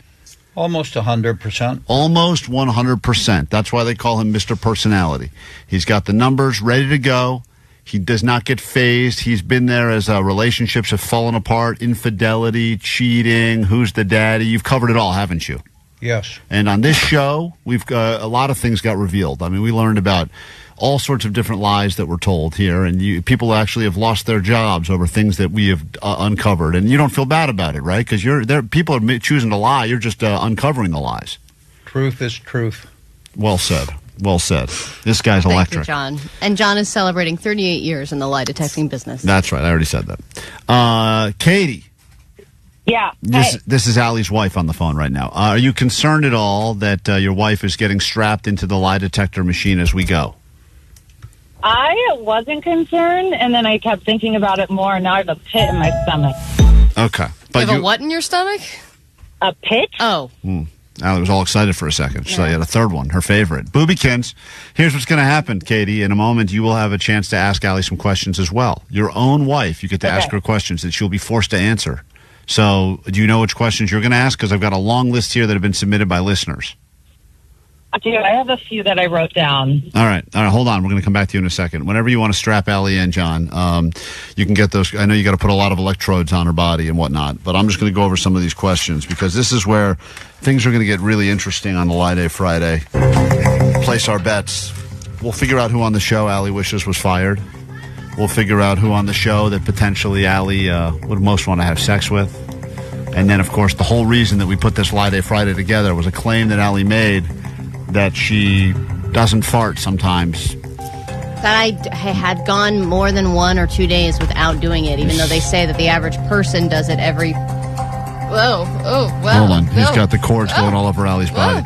Katie, before we ask Allie these questions, do you care to chime in on her claim that she sometimes goes 72 hours, no farts? I don't know if it's that long, but I heard that conversation, and she's being honest. She rarely has gas. Thank you, honey. That's interesting. That's my wife. Maybe it's Yeah, maybe it's only if she's eating something that doesn't agree with her. Beautiful. Thank you for that. A lot of information. All right, hold on one second. Thank you, honey. We'll be back to you. Allie is currently... John, why don't you just explain to the listeners that are not watching this on YouTube? We're on YouTube right now. You can watch Allie strapped into the lie detector machine. She's got cords all over her body. She looks very uncomfortable. It's on KROQ's YouTube right now, so you can watch this unfold in real time. But, John, what did you just put all over Allie's body? I applied sensors to her chest, stomach, arm, and hand. We're going to read changes to her blood pressure, moisture activity at the fingers, and her breathing. Well, she's a lesbian, so there's always moisture activity this is on the getting fingers. very hot. All right, John, did you get turned on at all doing that to Allie or no? Every time I come, I realize she's 10 times cuter in person than in pictures. John, stop. You're around enough Thank liars. You pick it up over the years. All right. All right, Shut so up, here we Klein. go. Whenever you're ready, you have to ask her some baseline questions, and then we get to the real ones, right? Yes. Go ahead. Whenever you're ready, John. Allie, you have to answer these yes or no. He's got your... I don't know why we're doing this. I've not lied about anything. He's got your heart rate being monitored. He's got your breathing being monitored. And I'll tell you, it is nerve-wracking just being hooked up to this thing. So all of a sudden. you get elevated just sitting in here. Allie is all strapped in right now. Go ahead, and then we'll have your wife ask a couple of questions at the end. Things she's always wanted to know. John, whenever you need the baseline questions, Allie is strapped in. It's Lie Day Friday on KROQ. Do you know how to drive a car? Yes. That's not... You can't do that while we're doing this. Why? Klein. Why can't I make noises? You can't make noises. You have to just let me do this real. All right, fine. Ask her the baselines, and when you're ready, when you've got your proper baseline, let me know, and I'll I feel go like with that the was real a question. passive-aggressive first question. Yeah, it was, but that's okay. Are you on a radio show? Yes. All right, it's calibrated. That's it. Okay. That's pretty scientific right there. Question Are you on number a one. funny morning show? Allie, when you got dressed this morning, did you think you looked good in the outfit that you chose to wear today? Yes. Okay. Okay, but I knew that I was going casual Friday Question. with it. Just So yes I or was no. cute Just for yes or no. yes. Question 2. Oh. Are you ever sexually attracted to men, even though you claim you're a lesbian? Yes. I've been sexually attracted to men. Katie, what do you think about that? I knew the answer would be yes. Yeah. Oh, okay. Especially when two of them are going at it. Right, honey? Oh, my God. Yeah, honey. Right, John? Right, John? Yep. True, what you said. John just said true. Question 3. Who on the show are you the most sexually attracted to? That's not a yes or no question. I was hoping I could sneak one in. No. You won't answer that? No, I'm not going to answer that. It's not a yes or no question. Have you ever That's been? okay? Yeah, he'll admit it. What? He's the lie. admit it? He's the lie detector guy. All right, as long as John answers with me. I would say Vanessa, of course. Okay. Question 4. Were you happy when your cat died? No. No. Shut up, you. Okay. Okay. He made a note. He wrote down something, which makes me think that's a lie. All right. Let me ask it again to make sure it's clear. Were you happy at all when your cat died? No. No. Is it okay if you were relieved? Okay. It's okay if I was relieved. All right, what she said. That's not the question. All right. Do you fart every day? No. Not every day. Most days at some point. That's very different than what you said, but by the way. I have gone multiple days. Do you fart more than you claim you fart? No. Okay. Very sad that John has to hear all this. Question 7. Do you intentionally bring smelly foods to work just to annoy your coworkers? Yes. I knew it. You bitch. You're such a bitch.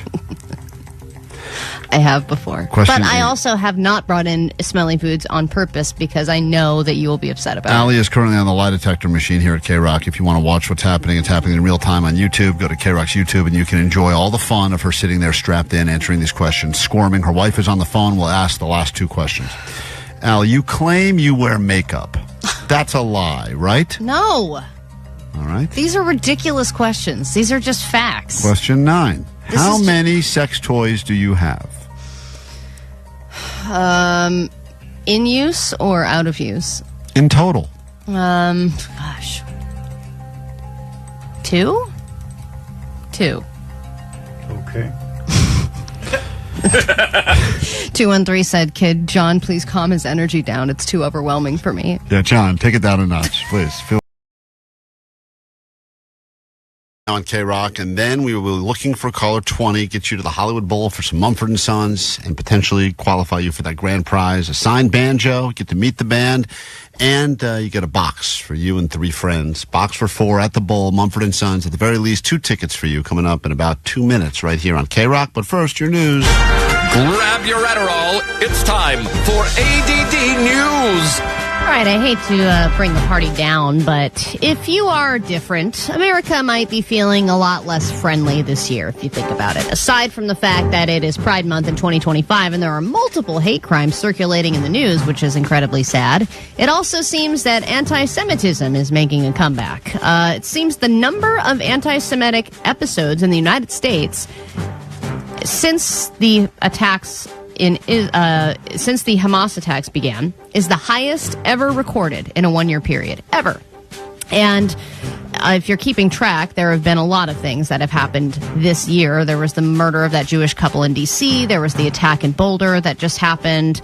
There was earlier this year, the governor of Pennsylvania's house was set on fire the first night of Passover. So there's a lot of heightened anxiety right now. And regardless of whose side you're on with the problems in the Middle East, I just thought we could at least agree that anti-Semitism is not chill. Like, you learned that in school. Yeah, but no one agrees with anything anymore. And stuff that used to be just acceptable social norms, if we're going to live in a society together, now everyone goes, well, yeah, but... And that's unfortunately the way that the world has become now. And people are... And I understand why everyone's upset. I understand, both sides of it. But I also don't understand why you have to take that out on innocent people that are just, especially that couple at the Jewish Museum. They were trying to help with peaceful talks. Of course, but no one thinks about anything below. Everyone looks for a quick title and they go, I'm angry because of so much stuff. And sometimes, most times, to be honest, people's anger is completely misdirected. Anyway, they look for a thing to get upset about because they're not happy with what's going on in their own personal that's life. What people do in regular life. Absolutely. If you're upset about something or Right. upset about something that you did even, Right. you take it out on somebody else. It's called projecting. The really scary part, sad part, above all else, is if you think about all of the stuff that happened in Germany pre-World War II, Holocaust specifically, it's very similar to what is happening right now. And that is where you think about these horrific things that have happened in our history as a world, as just humans. And you go, I'd like to believe there's been some evolution that has happened where we've realized, you know what, certain things in our lives, slavery, other things we can just look back on and go, that's deplorable by today's standards. How could we ever, let that happen? And then you go, how is it that we as a society now are almost retracing steps that happened 50 years ago and led to some of the most terrible, shameful things? I always think about, like, if aliens are looking down on Earth and they're looking at humans like it's a fun drama, like a reality show.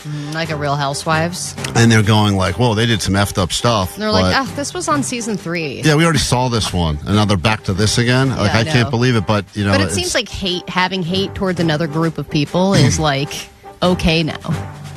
Yeah, well, it's like, oh yeah, I hate you because of X, and it's like, all right, well, I guess that's fine. You know, it doesn't seem like tolerance is really that in.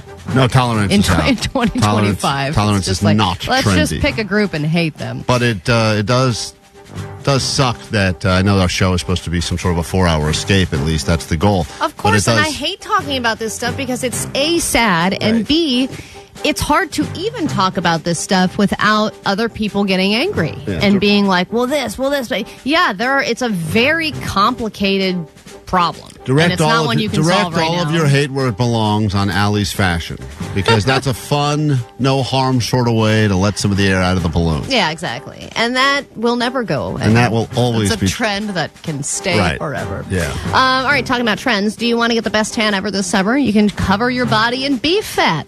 Seems that is going to be a trend this summer. Some people are reacting to the billboards that they saw recently for beef tallow sunscreen.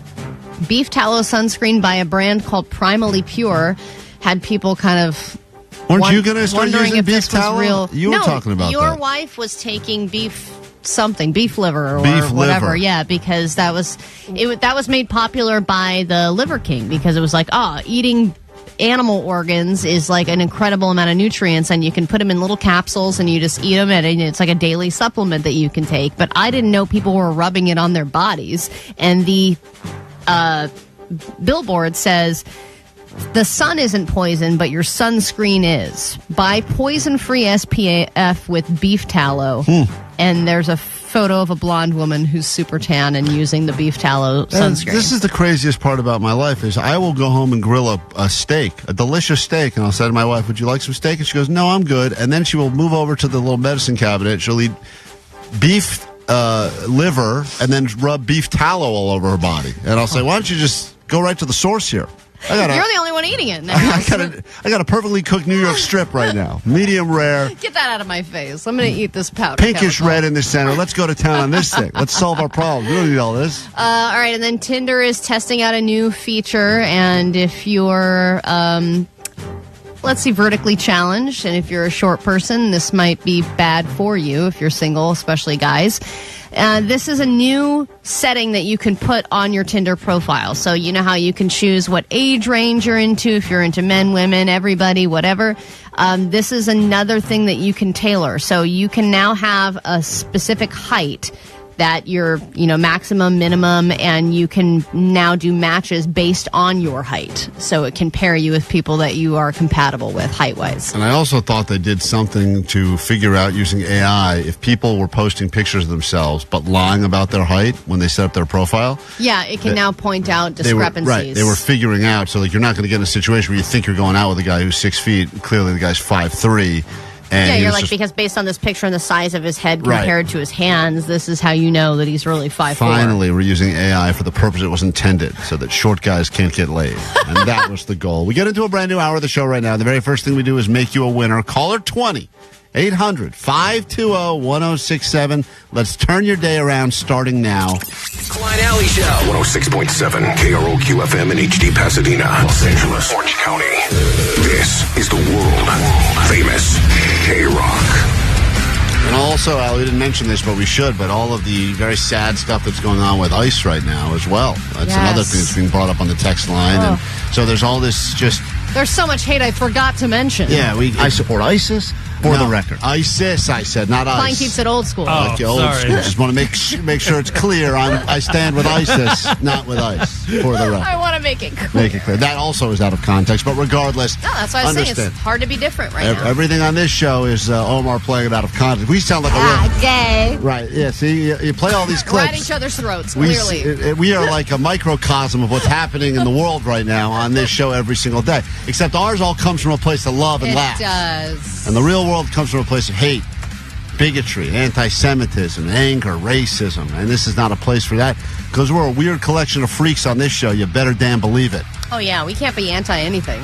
No. Can't afford it. Right. We'd all.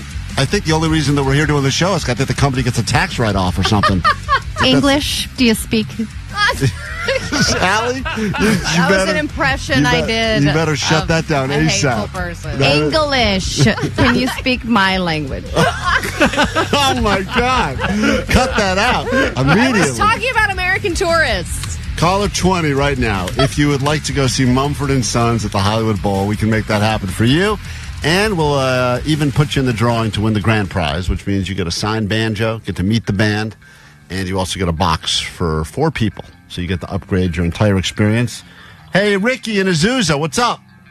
Woohoo! What's up, Klein and Nelly? Let's go! You are caller 20. You are the winner. Yes. Congratulations. Hopefully we call you back and give you the even better news that you'll be a grand prize winner. Hang tight for your prize, all right? I need that banjo. Love you guys.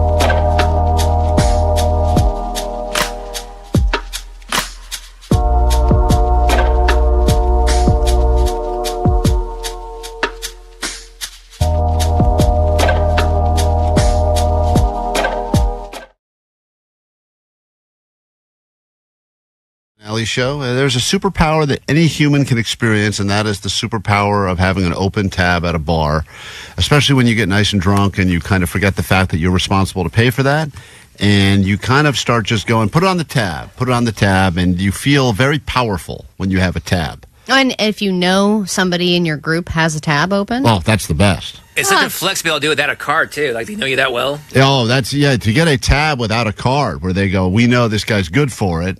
There was a guy that my first bartending job, that was the first thing the manager told me. There's a guy named Chris who comes in here every day. He has a tab. He does not have a card, but he will pay at the end of every month. And At it the was end like of a the month? special situation with him. Wow, he got to pay up at the end of the month. Yeah, and at the end of every month, he just paid. It would be like a huge bill, and he would just pay. Like in the thousands? I think so, yeah. Man, that guy's a real drinker. Yeah, and he was super nice, too. He wasn't like a weird, belligerent guy. He was just a super nice guy. He would sit there after work, and he would just drink Coronas. And he would probably have 7 or 8 Coronas every night. I feel guilty. The reason we're bringing this up is because apparently bar tabs are going away. Younger drinkers, specifically the Gen Zs of the world, are not opening tabs because they don't drink as much, and B, they're being more financially responsible. And the argument is we don't have the money anyway. Why are we going to go out to a bar and realize at the end of the night we spent a few $100s on drinks? And then you also do run the risk that, sure, could other people put stuff on your tabs? I mean, I remember being at the bar, hearing people give their name and put their card down, and all you really needed was a name, and you could be drinking for free all night if you wanted to get clever enough. Especially with company stuff. Anytime there's one guy where if he opens a tab at the bar, I immediately know to go over to that bartender and go, hey, put it under this guy's tab. Uncle Springer. Yep. Just tell him Uncle Springer's He's tab. got the company card. Use it at any bar, any location in Southern California. Scott. Thanks, Uncle Scott. Put it right on the old tab. Yep. They go, yep, we know that and guy. if we're ever at an event and you're there, you just find him. You find Uncle Scott. He takes good care of you. But apparently Johnny's generation is not doing this. And we were talking to Johnny about it after the show, and he said he has never, not only has he never opened a tab before, he's never ordered a beer at a bar before, which we found shocking because he's 27 years old. Yeah, so just the process of him going, even the process of us telling him yesterday, why don't you go to a bar and give it a try? The questions he had after So we has said he ordered like fruity girly drinks at a bar, just not a beer? No, I never drink, and if my friends get a drink, they usually get a thing called a screwdriver. Oh, my God. Man, Jesus Christ. I used to get those when I was like 16. Are we still doing Pride stuff now, or do we move on? Feels like we're back to Pride So stuff. you've never even ordered a drink at a bar at all? No, ma'am. Well, remember, he got drunk for the first time ever accidentally last week, and that was on Natty wine. on organic, natural orange wine Which or is something. like a screwdriver. Which is pretty much like the wine equivalent of a screwdriver. So Johnny's never had a drink that didn't involve an orange, apparently. Yes, sir. He likes to order the mimosa hold the booze. That's his favorite drink. So we have audio of Johnny going into a bar, and he had so many questions for us. He goes, where will I find a bar? Are there any bars that are open now? That was his first question. Yes. Yeah, There is always a bar open. Always. You will always find a bar open at least until 2 a.m. And he's like, maybe I can find one in Burbank. And We're we're like, you can they're find- everywhere. We can find one anywhere. You can leave the front door of this building where KROQ is, walk 15 feet in most directions, and probably find the bar that's open. We are a drinking culture, and there is drinking. And there's a couple of great bars around here that are open, including Molly Malone's, where the Irish bar right on Fairfax. There's so many around here. That used to be my go-to bar, Anyway, actually. here's Johnny attempting to go in and order his first ever beer, and then he does get confronted with the bartender who asked Johnny if he wants to open a tab. Now, Johnny, you went into this thing saying you were not going to open a tab. That was the plan, right? Correct, yes. Yeah, he failed so quickly out. Listen Really? To Sorry about the wait, guys. How we doing? Hey, what's up? Can I have a Coors, please?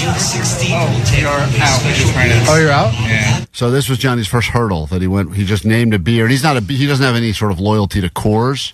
But runs away. Why did you pick Coors? Just easy to pronounce? I got really scared, and it was the first one I saw on the handle thingy. It's funny because you would think that he was underage.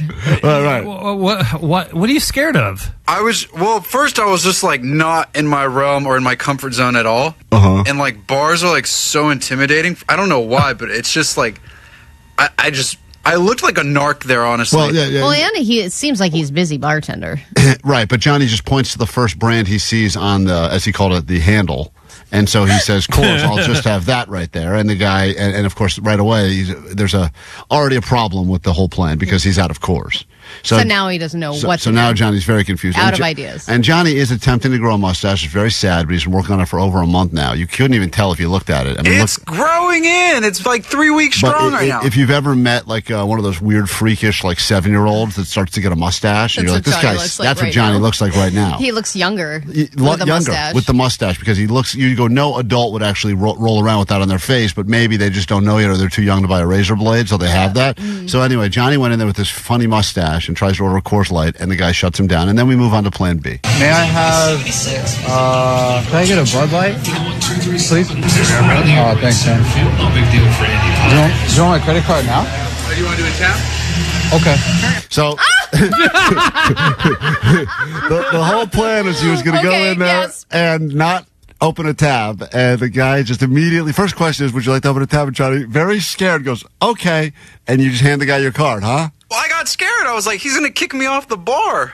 Right. You could have just you understand the option, right? You don't have to open a tab. You know what the other option would have been. I go to the waitress and pay?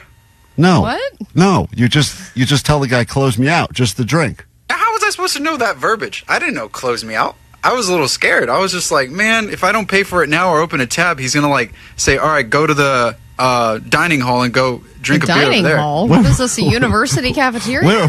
Where are you, by the way? You're in Burbank? What's the place?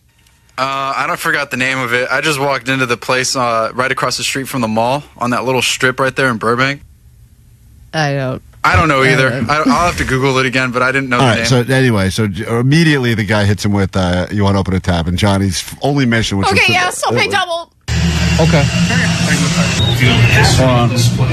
I gotta take my friend, bring my card inside real quick. My bad. What are you saying there? I got scared because I couldn't find my debit card, and I told the guy, hey, I'm sorry, I might have to call my friend to bring my card inside because I forgot it. This is why this generation is not opening tabs. It's a simple process. They don't have it. They can't even figure it out. I don't know. All right, just give me your card. What? Card? Oh, man. There you go. Sorry. My bad. I don't drink. I'm trying something new. I'm trying to like drink alcohol and stuff, and I can't get it. So now he's. Oh my God! This bartender's like, I'm gonna get arrested. This is like an undercover cop. He did think that. I got that vibe from the whole time. He was looking at me so sus, like I was so scared, dude. He tells the bartender, I'm trying something new now. I'm going to get into drinking alcohol. Which is the whole way he said that. It's just very strange. I mean, Johnny is 27 here. There's no laws being broken. No. This is very legal. Feels like it. Yeah. I feel uncomfortable listening to this. I don't drink. I'm trying something new. I'm trying to like drink alcohol and stuff, and I can't get it. Mexicans drink Bud Light all the time. Right? So it's in my blood to be able to do so. Or it should be. I can't do it.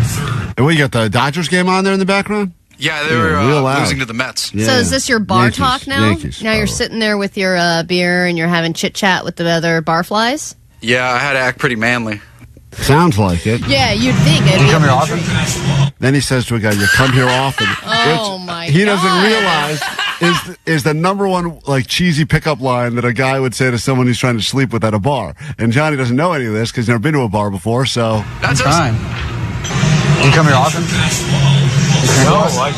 Get away from me, you queer. I was so scared, man. That's why I literally panicked as soon as I said that. I was like, why the hell did I say that, dude? Yeah. Hi, having a brewski? Well, no, don't worry. The conversation gets real manly here. Hey, when people run tabs, how do you know who's who? I put the name on the tab. I label on the computer. He's asking the bartender how he knows whose tab belongs to who. Dude, this bartender's like, I gotta run for the hills. Put it in, I look at the name on the tab, and I type it. Oh. Every tab has a name on it. Huh. Didn't see that one coming. No. Can I go ahead and step out? So now he has to close out his tab. What did you have on your tab when you closed it out? It said $7.68 for the Bud Light, and So you ran the tab, but just for the one drink. yes, sir. Yeah. So you kept it open, but then bought nothing? And there you go. That's Johnny's first trip to the bar. Did you even drink the first beer? No, I had like 2 little sips, and then I left it, and I asked him, can I go home, and like, can I check out? Can I go home? You asked for Can I permission go home now? to leave? Yeah, and he's like, oh yeah, you want to check out? He's the real kid of the show. He's the real kid of the show. Quiet down, child. That's Vanessa. She's a child, by the way. Sit down, crisscross applesauce over there. Yeah. Vanessa, I want you to think about what you just said, interrupting Johnny in the middle of his segment. Yes. This is Marcus from Mumford & Sons. It's Banjos in the Bowl with Mumford & Sons. Listen to KROQ at 9, noon, 3, and 6 to pluck yourself some tickets to Mumford & Sons at the Hollywood Bowl June 12th. I will wait for you. The people been down so long. You'll instantly be entered for a chance to win the grand prize. A private box for 4 at the show. Meet the band and maybe ask them for some pointers on playing your new signed Mumford & Sons D-Ring Banjo. It's alright. It's not amazing. You'll be the banjo person now. You might have to join a folk punk band. You might get booked at farmers markets. So be ready when you win Banjos in the Bowl with Mumford & Sons. Courtesy of Glass Note Records and Live Nation. Listen to the world famous KROQ. 28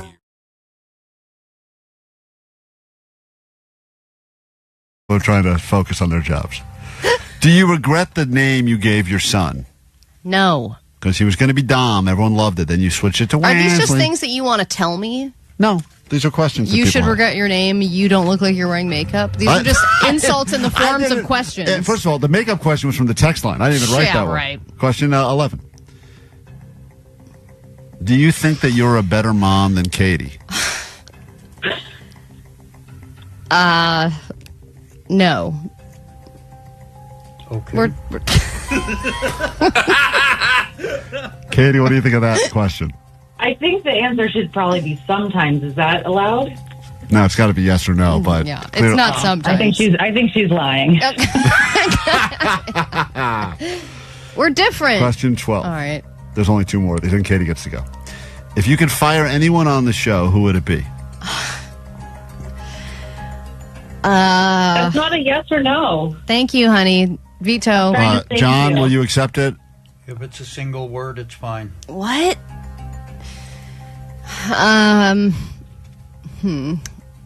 Beer mug. He's already gone. That's from the last lie detector where we found that he made up his myself. Whole. All right. I'll accept that. Final question we have for you then. Your wife gets 2. We joke about you being gross on the show, but are you gross? Do you think you're gross? Klein, these are not questions. These are questions that you want the answer to. These are just you wanting me to look bad. These are questions that came through from many listeners. Do I think I'm gross? Is that the question? Yes. Well, yes, obviously I do, because you've all made me feel disgusting. Great. That is correct. Great. All right. Katie, you get 2 questions now, and then we will play a song and get the results from the lie detector test. What are your what questions do you have? This is it. Allie, take a deep breath. Is this over? No, your wife is going to ask you 2 questions that will potentially change your relationship forever. Go ahead, Katie. I mean, honey, calm down. These are like low risk because I don't want to know the truth about so many things.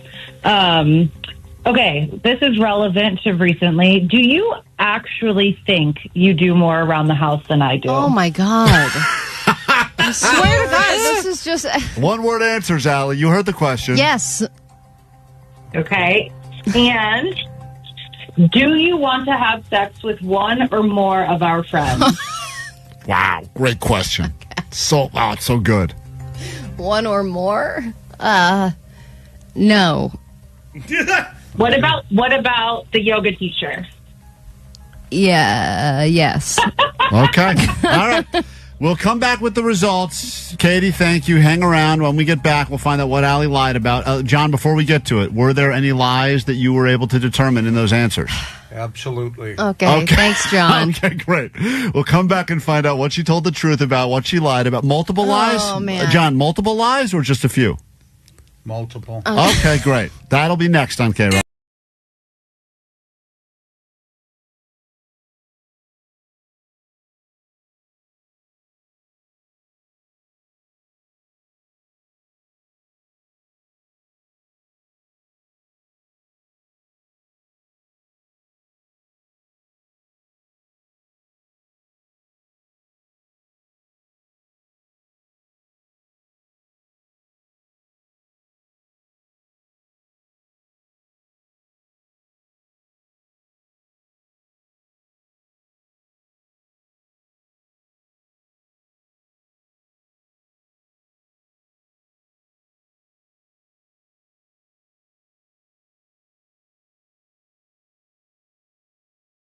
Finally, show on a Friday morning. 818 says it best on the text line. Why do you guys do this to each other? You sit on a throne of lies. Why is it lie after lie after lie? The only thing I know for sure is you're a goddamn liar. It's a lie. You're a parasite of lies, and I am your worst enemy. Friday, Friday, lie day, Friday. Lie Day Friday time. Allie just got unhooked from the lie detector machine in our studio right now. This man has been doing this for close to 4 decades. John Grogan, the lie detector guy. You've seen him on quite a few TV shows, podcasts, TikToks. He is the man to go to. If you need him, certifiedpolygraph.com. He'll come and he's made over 1,000 TV appearances, 13,000 people tested. This man knows everything there is to know about liars. He just got Allie off the hot seat, and it's time for him to read us the results of the lie detector machine, which he claims is close to 100% accurate. So, Allie, no lying now saying that it was a malfunction. He can tell if the machine's malfunctioning. It did not malfunction. John, is there ever a false result simply because of the way the questions were asked, if they're too leading or if they're insinuating anything? No, if you lie, I'm going to catch it. Okay. All right, great. Okay. All right, let's get to it. And if you want to get, I don't know if your wife is no longer on the phone. I don't know. She's listening to the results, but I'd love to hear her in real time. She Let's go said ahead. she had to get ready for work. She's got to go. Right. All right, whenever you're ready, John, let's go through these questions now. Okay. You want to guess how many lies, Omar? You want to do a side bet with me? How many lies Ali told on the lie detector? I'm going to say 5. 5. What's the total of questions? 13 plus the 2 from the wife. Plus the wife. Yeah. I'm going to go over. Over 5 lies. Wow. Yeah, over. Ali, do you think you lied at all? No, obviously. Okay. Right. Go ahead, John, whenever you're ready. When we asked her, do you like the outfit you wore today? She said yes. That was a lie. Okay. Yeah. Right out of the Big gate. time lie. Thank you so much. I always like it and then second guess it later. All right, great. Question 2. We got 1 lie down already out of The the outfit's gate. fine. It's sweats and a T-shirt. All right, well, you lied about it. All right, so go ahead, question whenever you're ready, John. When we asked her, are you ever sexually attracted to men? She said yes, and that was true. Yeah. Ooh, you're not even a good lesbian. That does...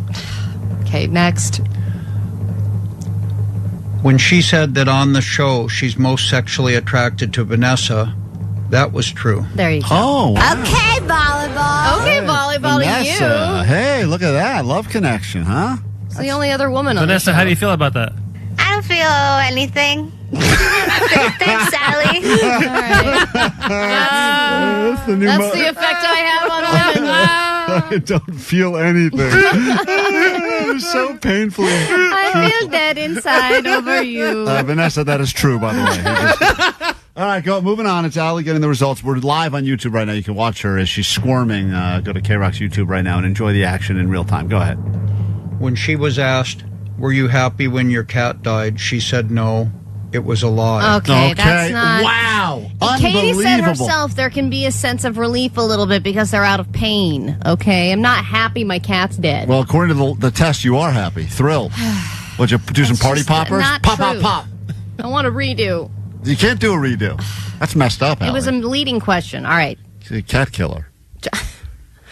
Whatever you're ready, John. Okay. When she was asked, do you fart every day? She said no, and that was true. Okay, thank you. Well, really? Hold on. You sure about that, John? She said she said she does not fart every day, and that came up as a true statement. When she said no, yes. Wow, unbelievable. You're welcome, by the way. You know what? That's the whole reason John's even here. I mean, we had to bury the fart question among a bunch of other ones, but that's exciting, Allie, to say that you don't fart every day and to be And I don't. to be held accountable on a lie detector test. Haven't That's yet today. Incredible. All right. All right, well, that's awkward. Next. When she was asked, do you fart more than you claim? She said no, and that was a lie. Oh, Okay, I knew it. See, I knew there is some fault. There is some. You're being dishonest about it a little bit. My wife said herself, if there's something weird that I eat, I get gassy. Okay. John, move on.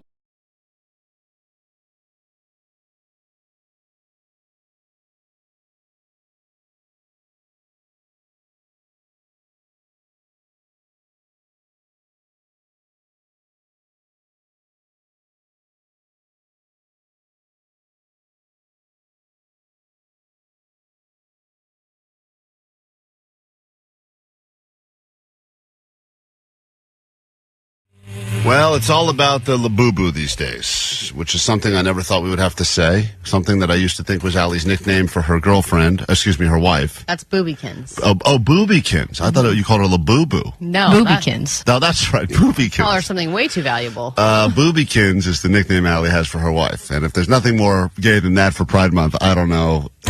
Gay. That's right. Thank you, Vanessa. We agree. Super gay. Hurts my feelings. But LABubu... According to 562 from yesterday, they said LABubu is the new Monchichi, which, again, just makes no sense to me whatsoever. And I also got LABubu confused with the thing that Omar's cousin was talking about when he was on with us, that little thing that goes around. The Lucius. The Lucius that creates, wreaks havoc, or as a little prankster. Yeah, but apparently we were just talking yesterday about how so many people are buying these. They're starting to go to China, buy a bunch of them, try and smuggle them into the U.S. People are spending $700-800 on these. I think Prada's making them now, so I decided to tell Katie that I'd gotten her one.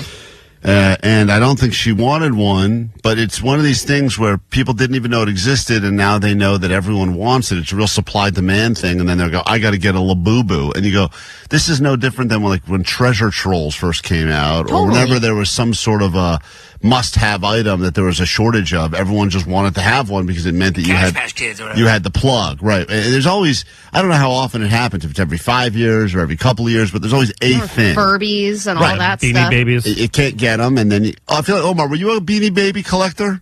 Me? No, hell no. It struck me as a guy that would have been in I was a garbage pail kid collector. Yeah, that was me. You as a Beanie Baby collector. I don't know why. I feel like at some point That'd be the least. I would be most offended by that striking you as something I would do. I think that I could have seen Omar being, because he's financially smart, that he could have been like, I figured out. Not when I was a kid. No, not as a child, but I thought maybe as an adult you would have done this thing where you figured out ones that had value and were able to pick them up. Well, Omar's always got some.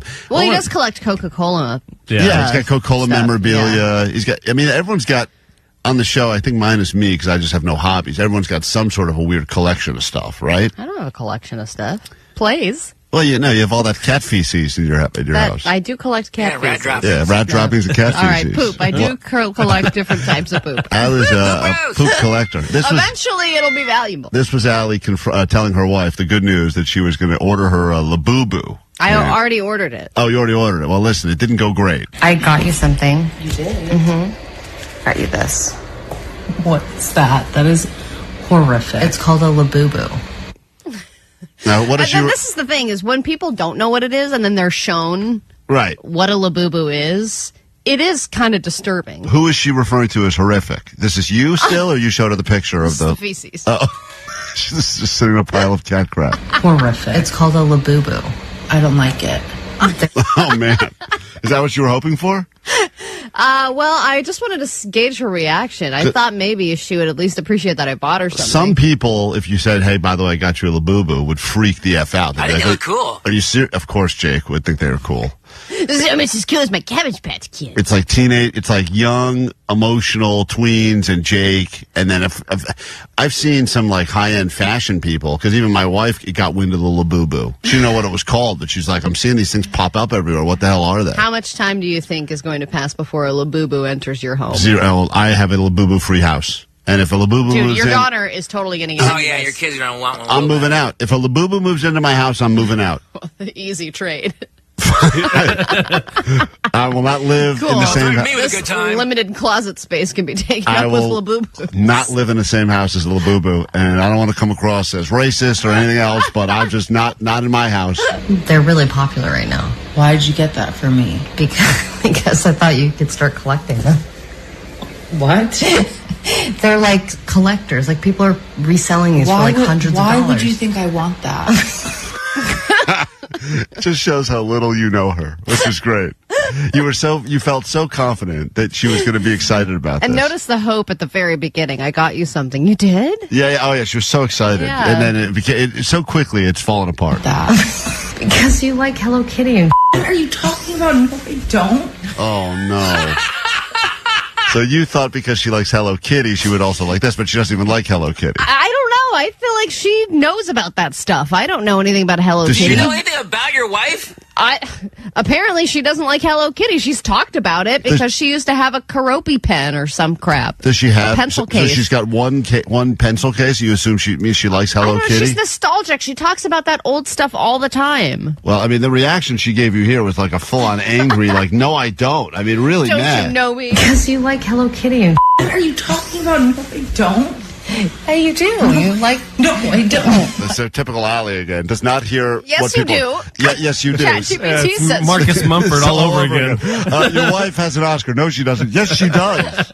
That same conversation Allie had with Marcus Mumford about his wife's Oscar. It was I don't like Hello Kitty. Yes, you do. What's funny? I'm not a child. KROQ or whatever. What are you talking about? This is LABubu. I don't like it. Send it back. What is with its face? Like, that's terrifying. Yeah, Prada's making these now. Why would you get that for me? Why don't you get me something I want? What am I going to do? Because it has overalls. Allie. It's Allie. How much is it? This was $200. You are such a liar. That's what she knew. That's what she knew. I hadn't even. There's no I way. flinched too when I said $200, even though it wasn't real. Yeah, she knows there's no way El Cheapo spending $200 on a little doll. Not happening. So that's when it all fell apart. It was $30. I don't want it. Well, there you have it. A beautiful little. We get to interact with a real life lesbian relationship. What's right funny is that she's also whispering, even though no one else is in the house. Well, she doesn't. She She's knows embarrassed. she's shameful. She doesn't want a neighbor to hear this conversation.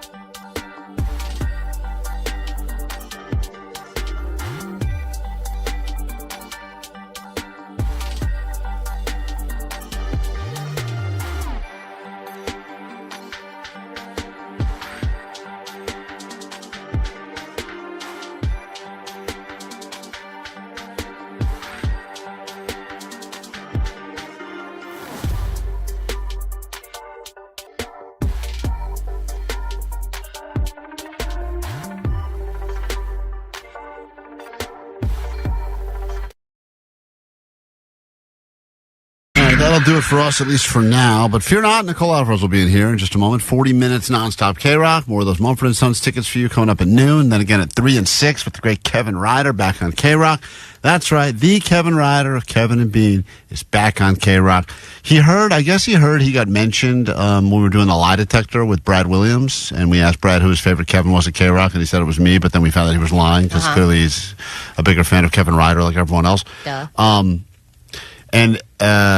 There's been some conversation behind the scenes. Tell me if this would be interesting or not. If he would accept the invitation to have Kevin Ryder do the lie detector. Come in here for Lie Day Friday. I think a lot of people have a lot of questions still about when he left KROQ, when the Kevin and Bean show came to an end, and really a lot of questions about does he really think Omar is a big backstabbing traitor? Oh, what a douche. Right. Well, that's what he would say. Listen, if he accepts the offer, we'll have to bring our lie detector friend back in here and have Kevin Ryder strapped in. Yeah, I could ask him if this is true. I like penis.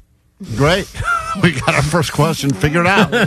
So let's make a note of that, and maybe the next time we do a Lie Day Friday, which may be next week or something, we should see if he'll come in early. See if he would like to come back in and be in here early. There's no way this is going to happen.